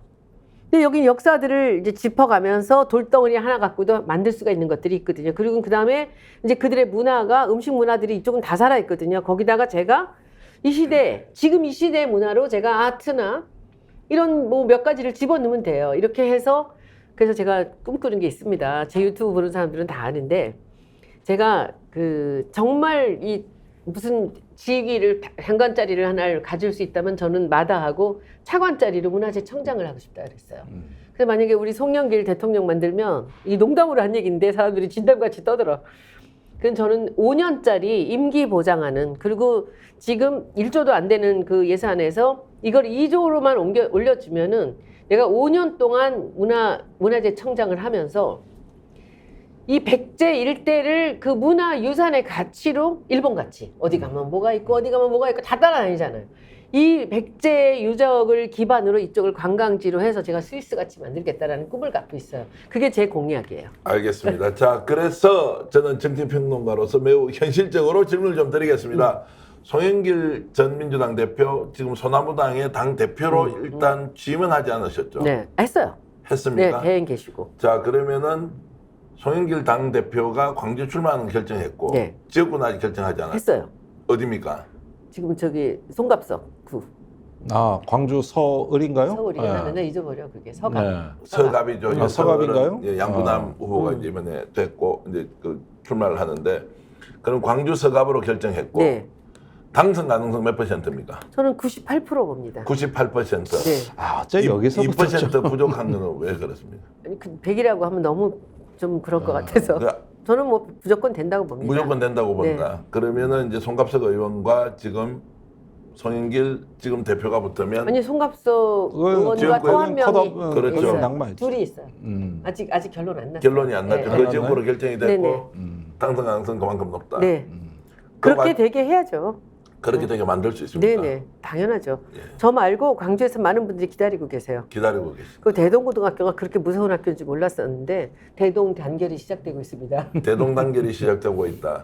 그래서 약간 정서적으로는 왜 호남으로 집중을 하지 민주당과 경쟁하지 않는 구도를 그러나 현실적으로는 거기에서 표를 얻어서 정권 심판의 에너지로 삼자 아주 놀라운 조합이었어요. 과거에 예를 들어서 지역 정당 한다면 또 돌아가서 그냥 기득권끼리 나눠 먹는다 이런 절대 안 하지 우리 느낌이었는데 그거. 이번에 소나무당이 호남을 진지로 삼아서 뛰는 모습은 민주당을 죽이지도 않으면서 네. 세력은 확보하고 네. 정권 심판의 열기를 만들어가는 이 모습이 절묘한 조합이다. 이거 누가 구상했지? 이런 생각 사실 제가 저 많이 아니야. 했고요. 또 하나는 이 정당에 여러 가지 찬반은 있지만 변희재 대표 같은 사람 또는 아까 최대집. 출연했던 최대집 전 대한의사협회장을 영입해서 이 구도는 뭐야? 라고 하니까 또 최대집 회장은 DJP 연합이다. 뭐 이렇게 표현을 또 하더라고요. 그래서 이런 실험 속에서 뭔가 아니야. 새로운 정치가 그리고 국민들이 아까 말씀하셨던 대로 좋은 상품은 만들어지는 것이 아니라 기다리는 것이다. 기다리고 있는 상품이 나오면 히트하는 거예요. 예, 그렇게 해서 결론은 국민을 위한 정치가 다시 살아나야 한다는 것이고 또 그 과정에서 잘못한 정권은 국민으로부터 심판을 받아야 하는 것이고 그렇죠. 그 과정에서 더 좋은 사람이 늘 국민과 함께 손을 잡고 더 좋은 대한민국을 만드는 선진국 대한민국을 만드는 그런 또 인재들이 탄생한다고 생각하고요. 장시간 이렇게 말씀해 주셨는데 너무 좀 소중하고 고마웠고요.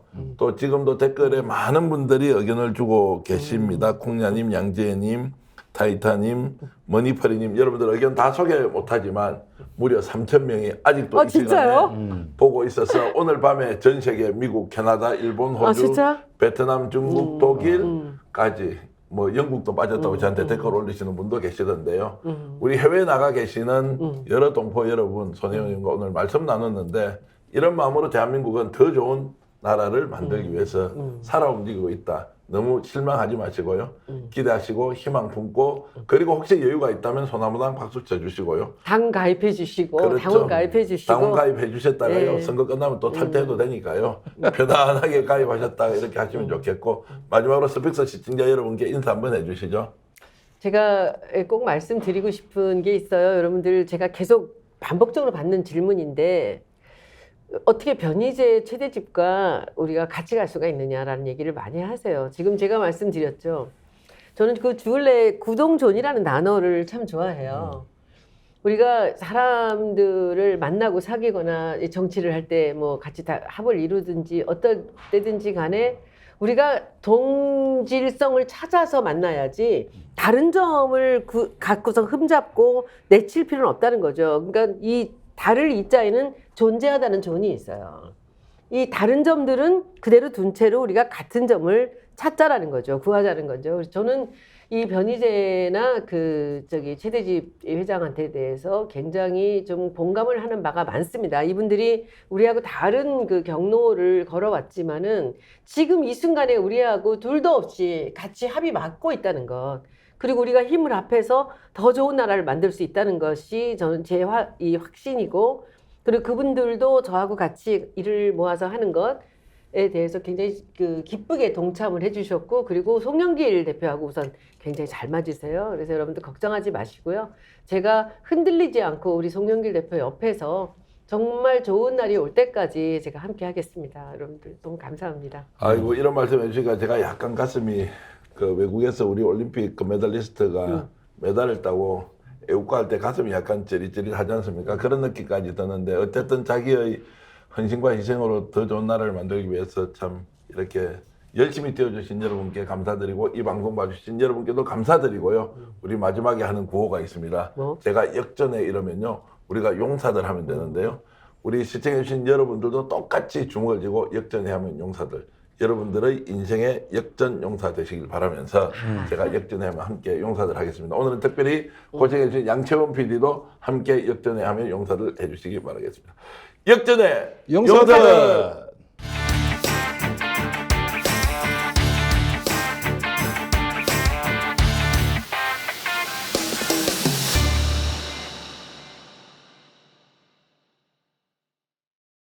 스픽스는 말하는 언론입니다. 대세는 유튜브, 그중에서 스픽스.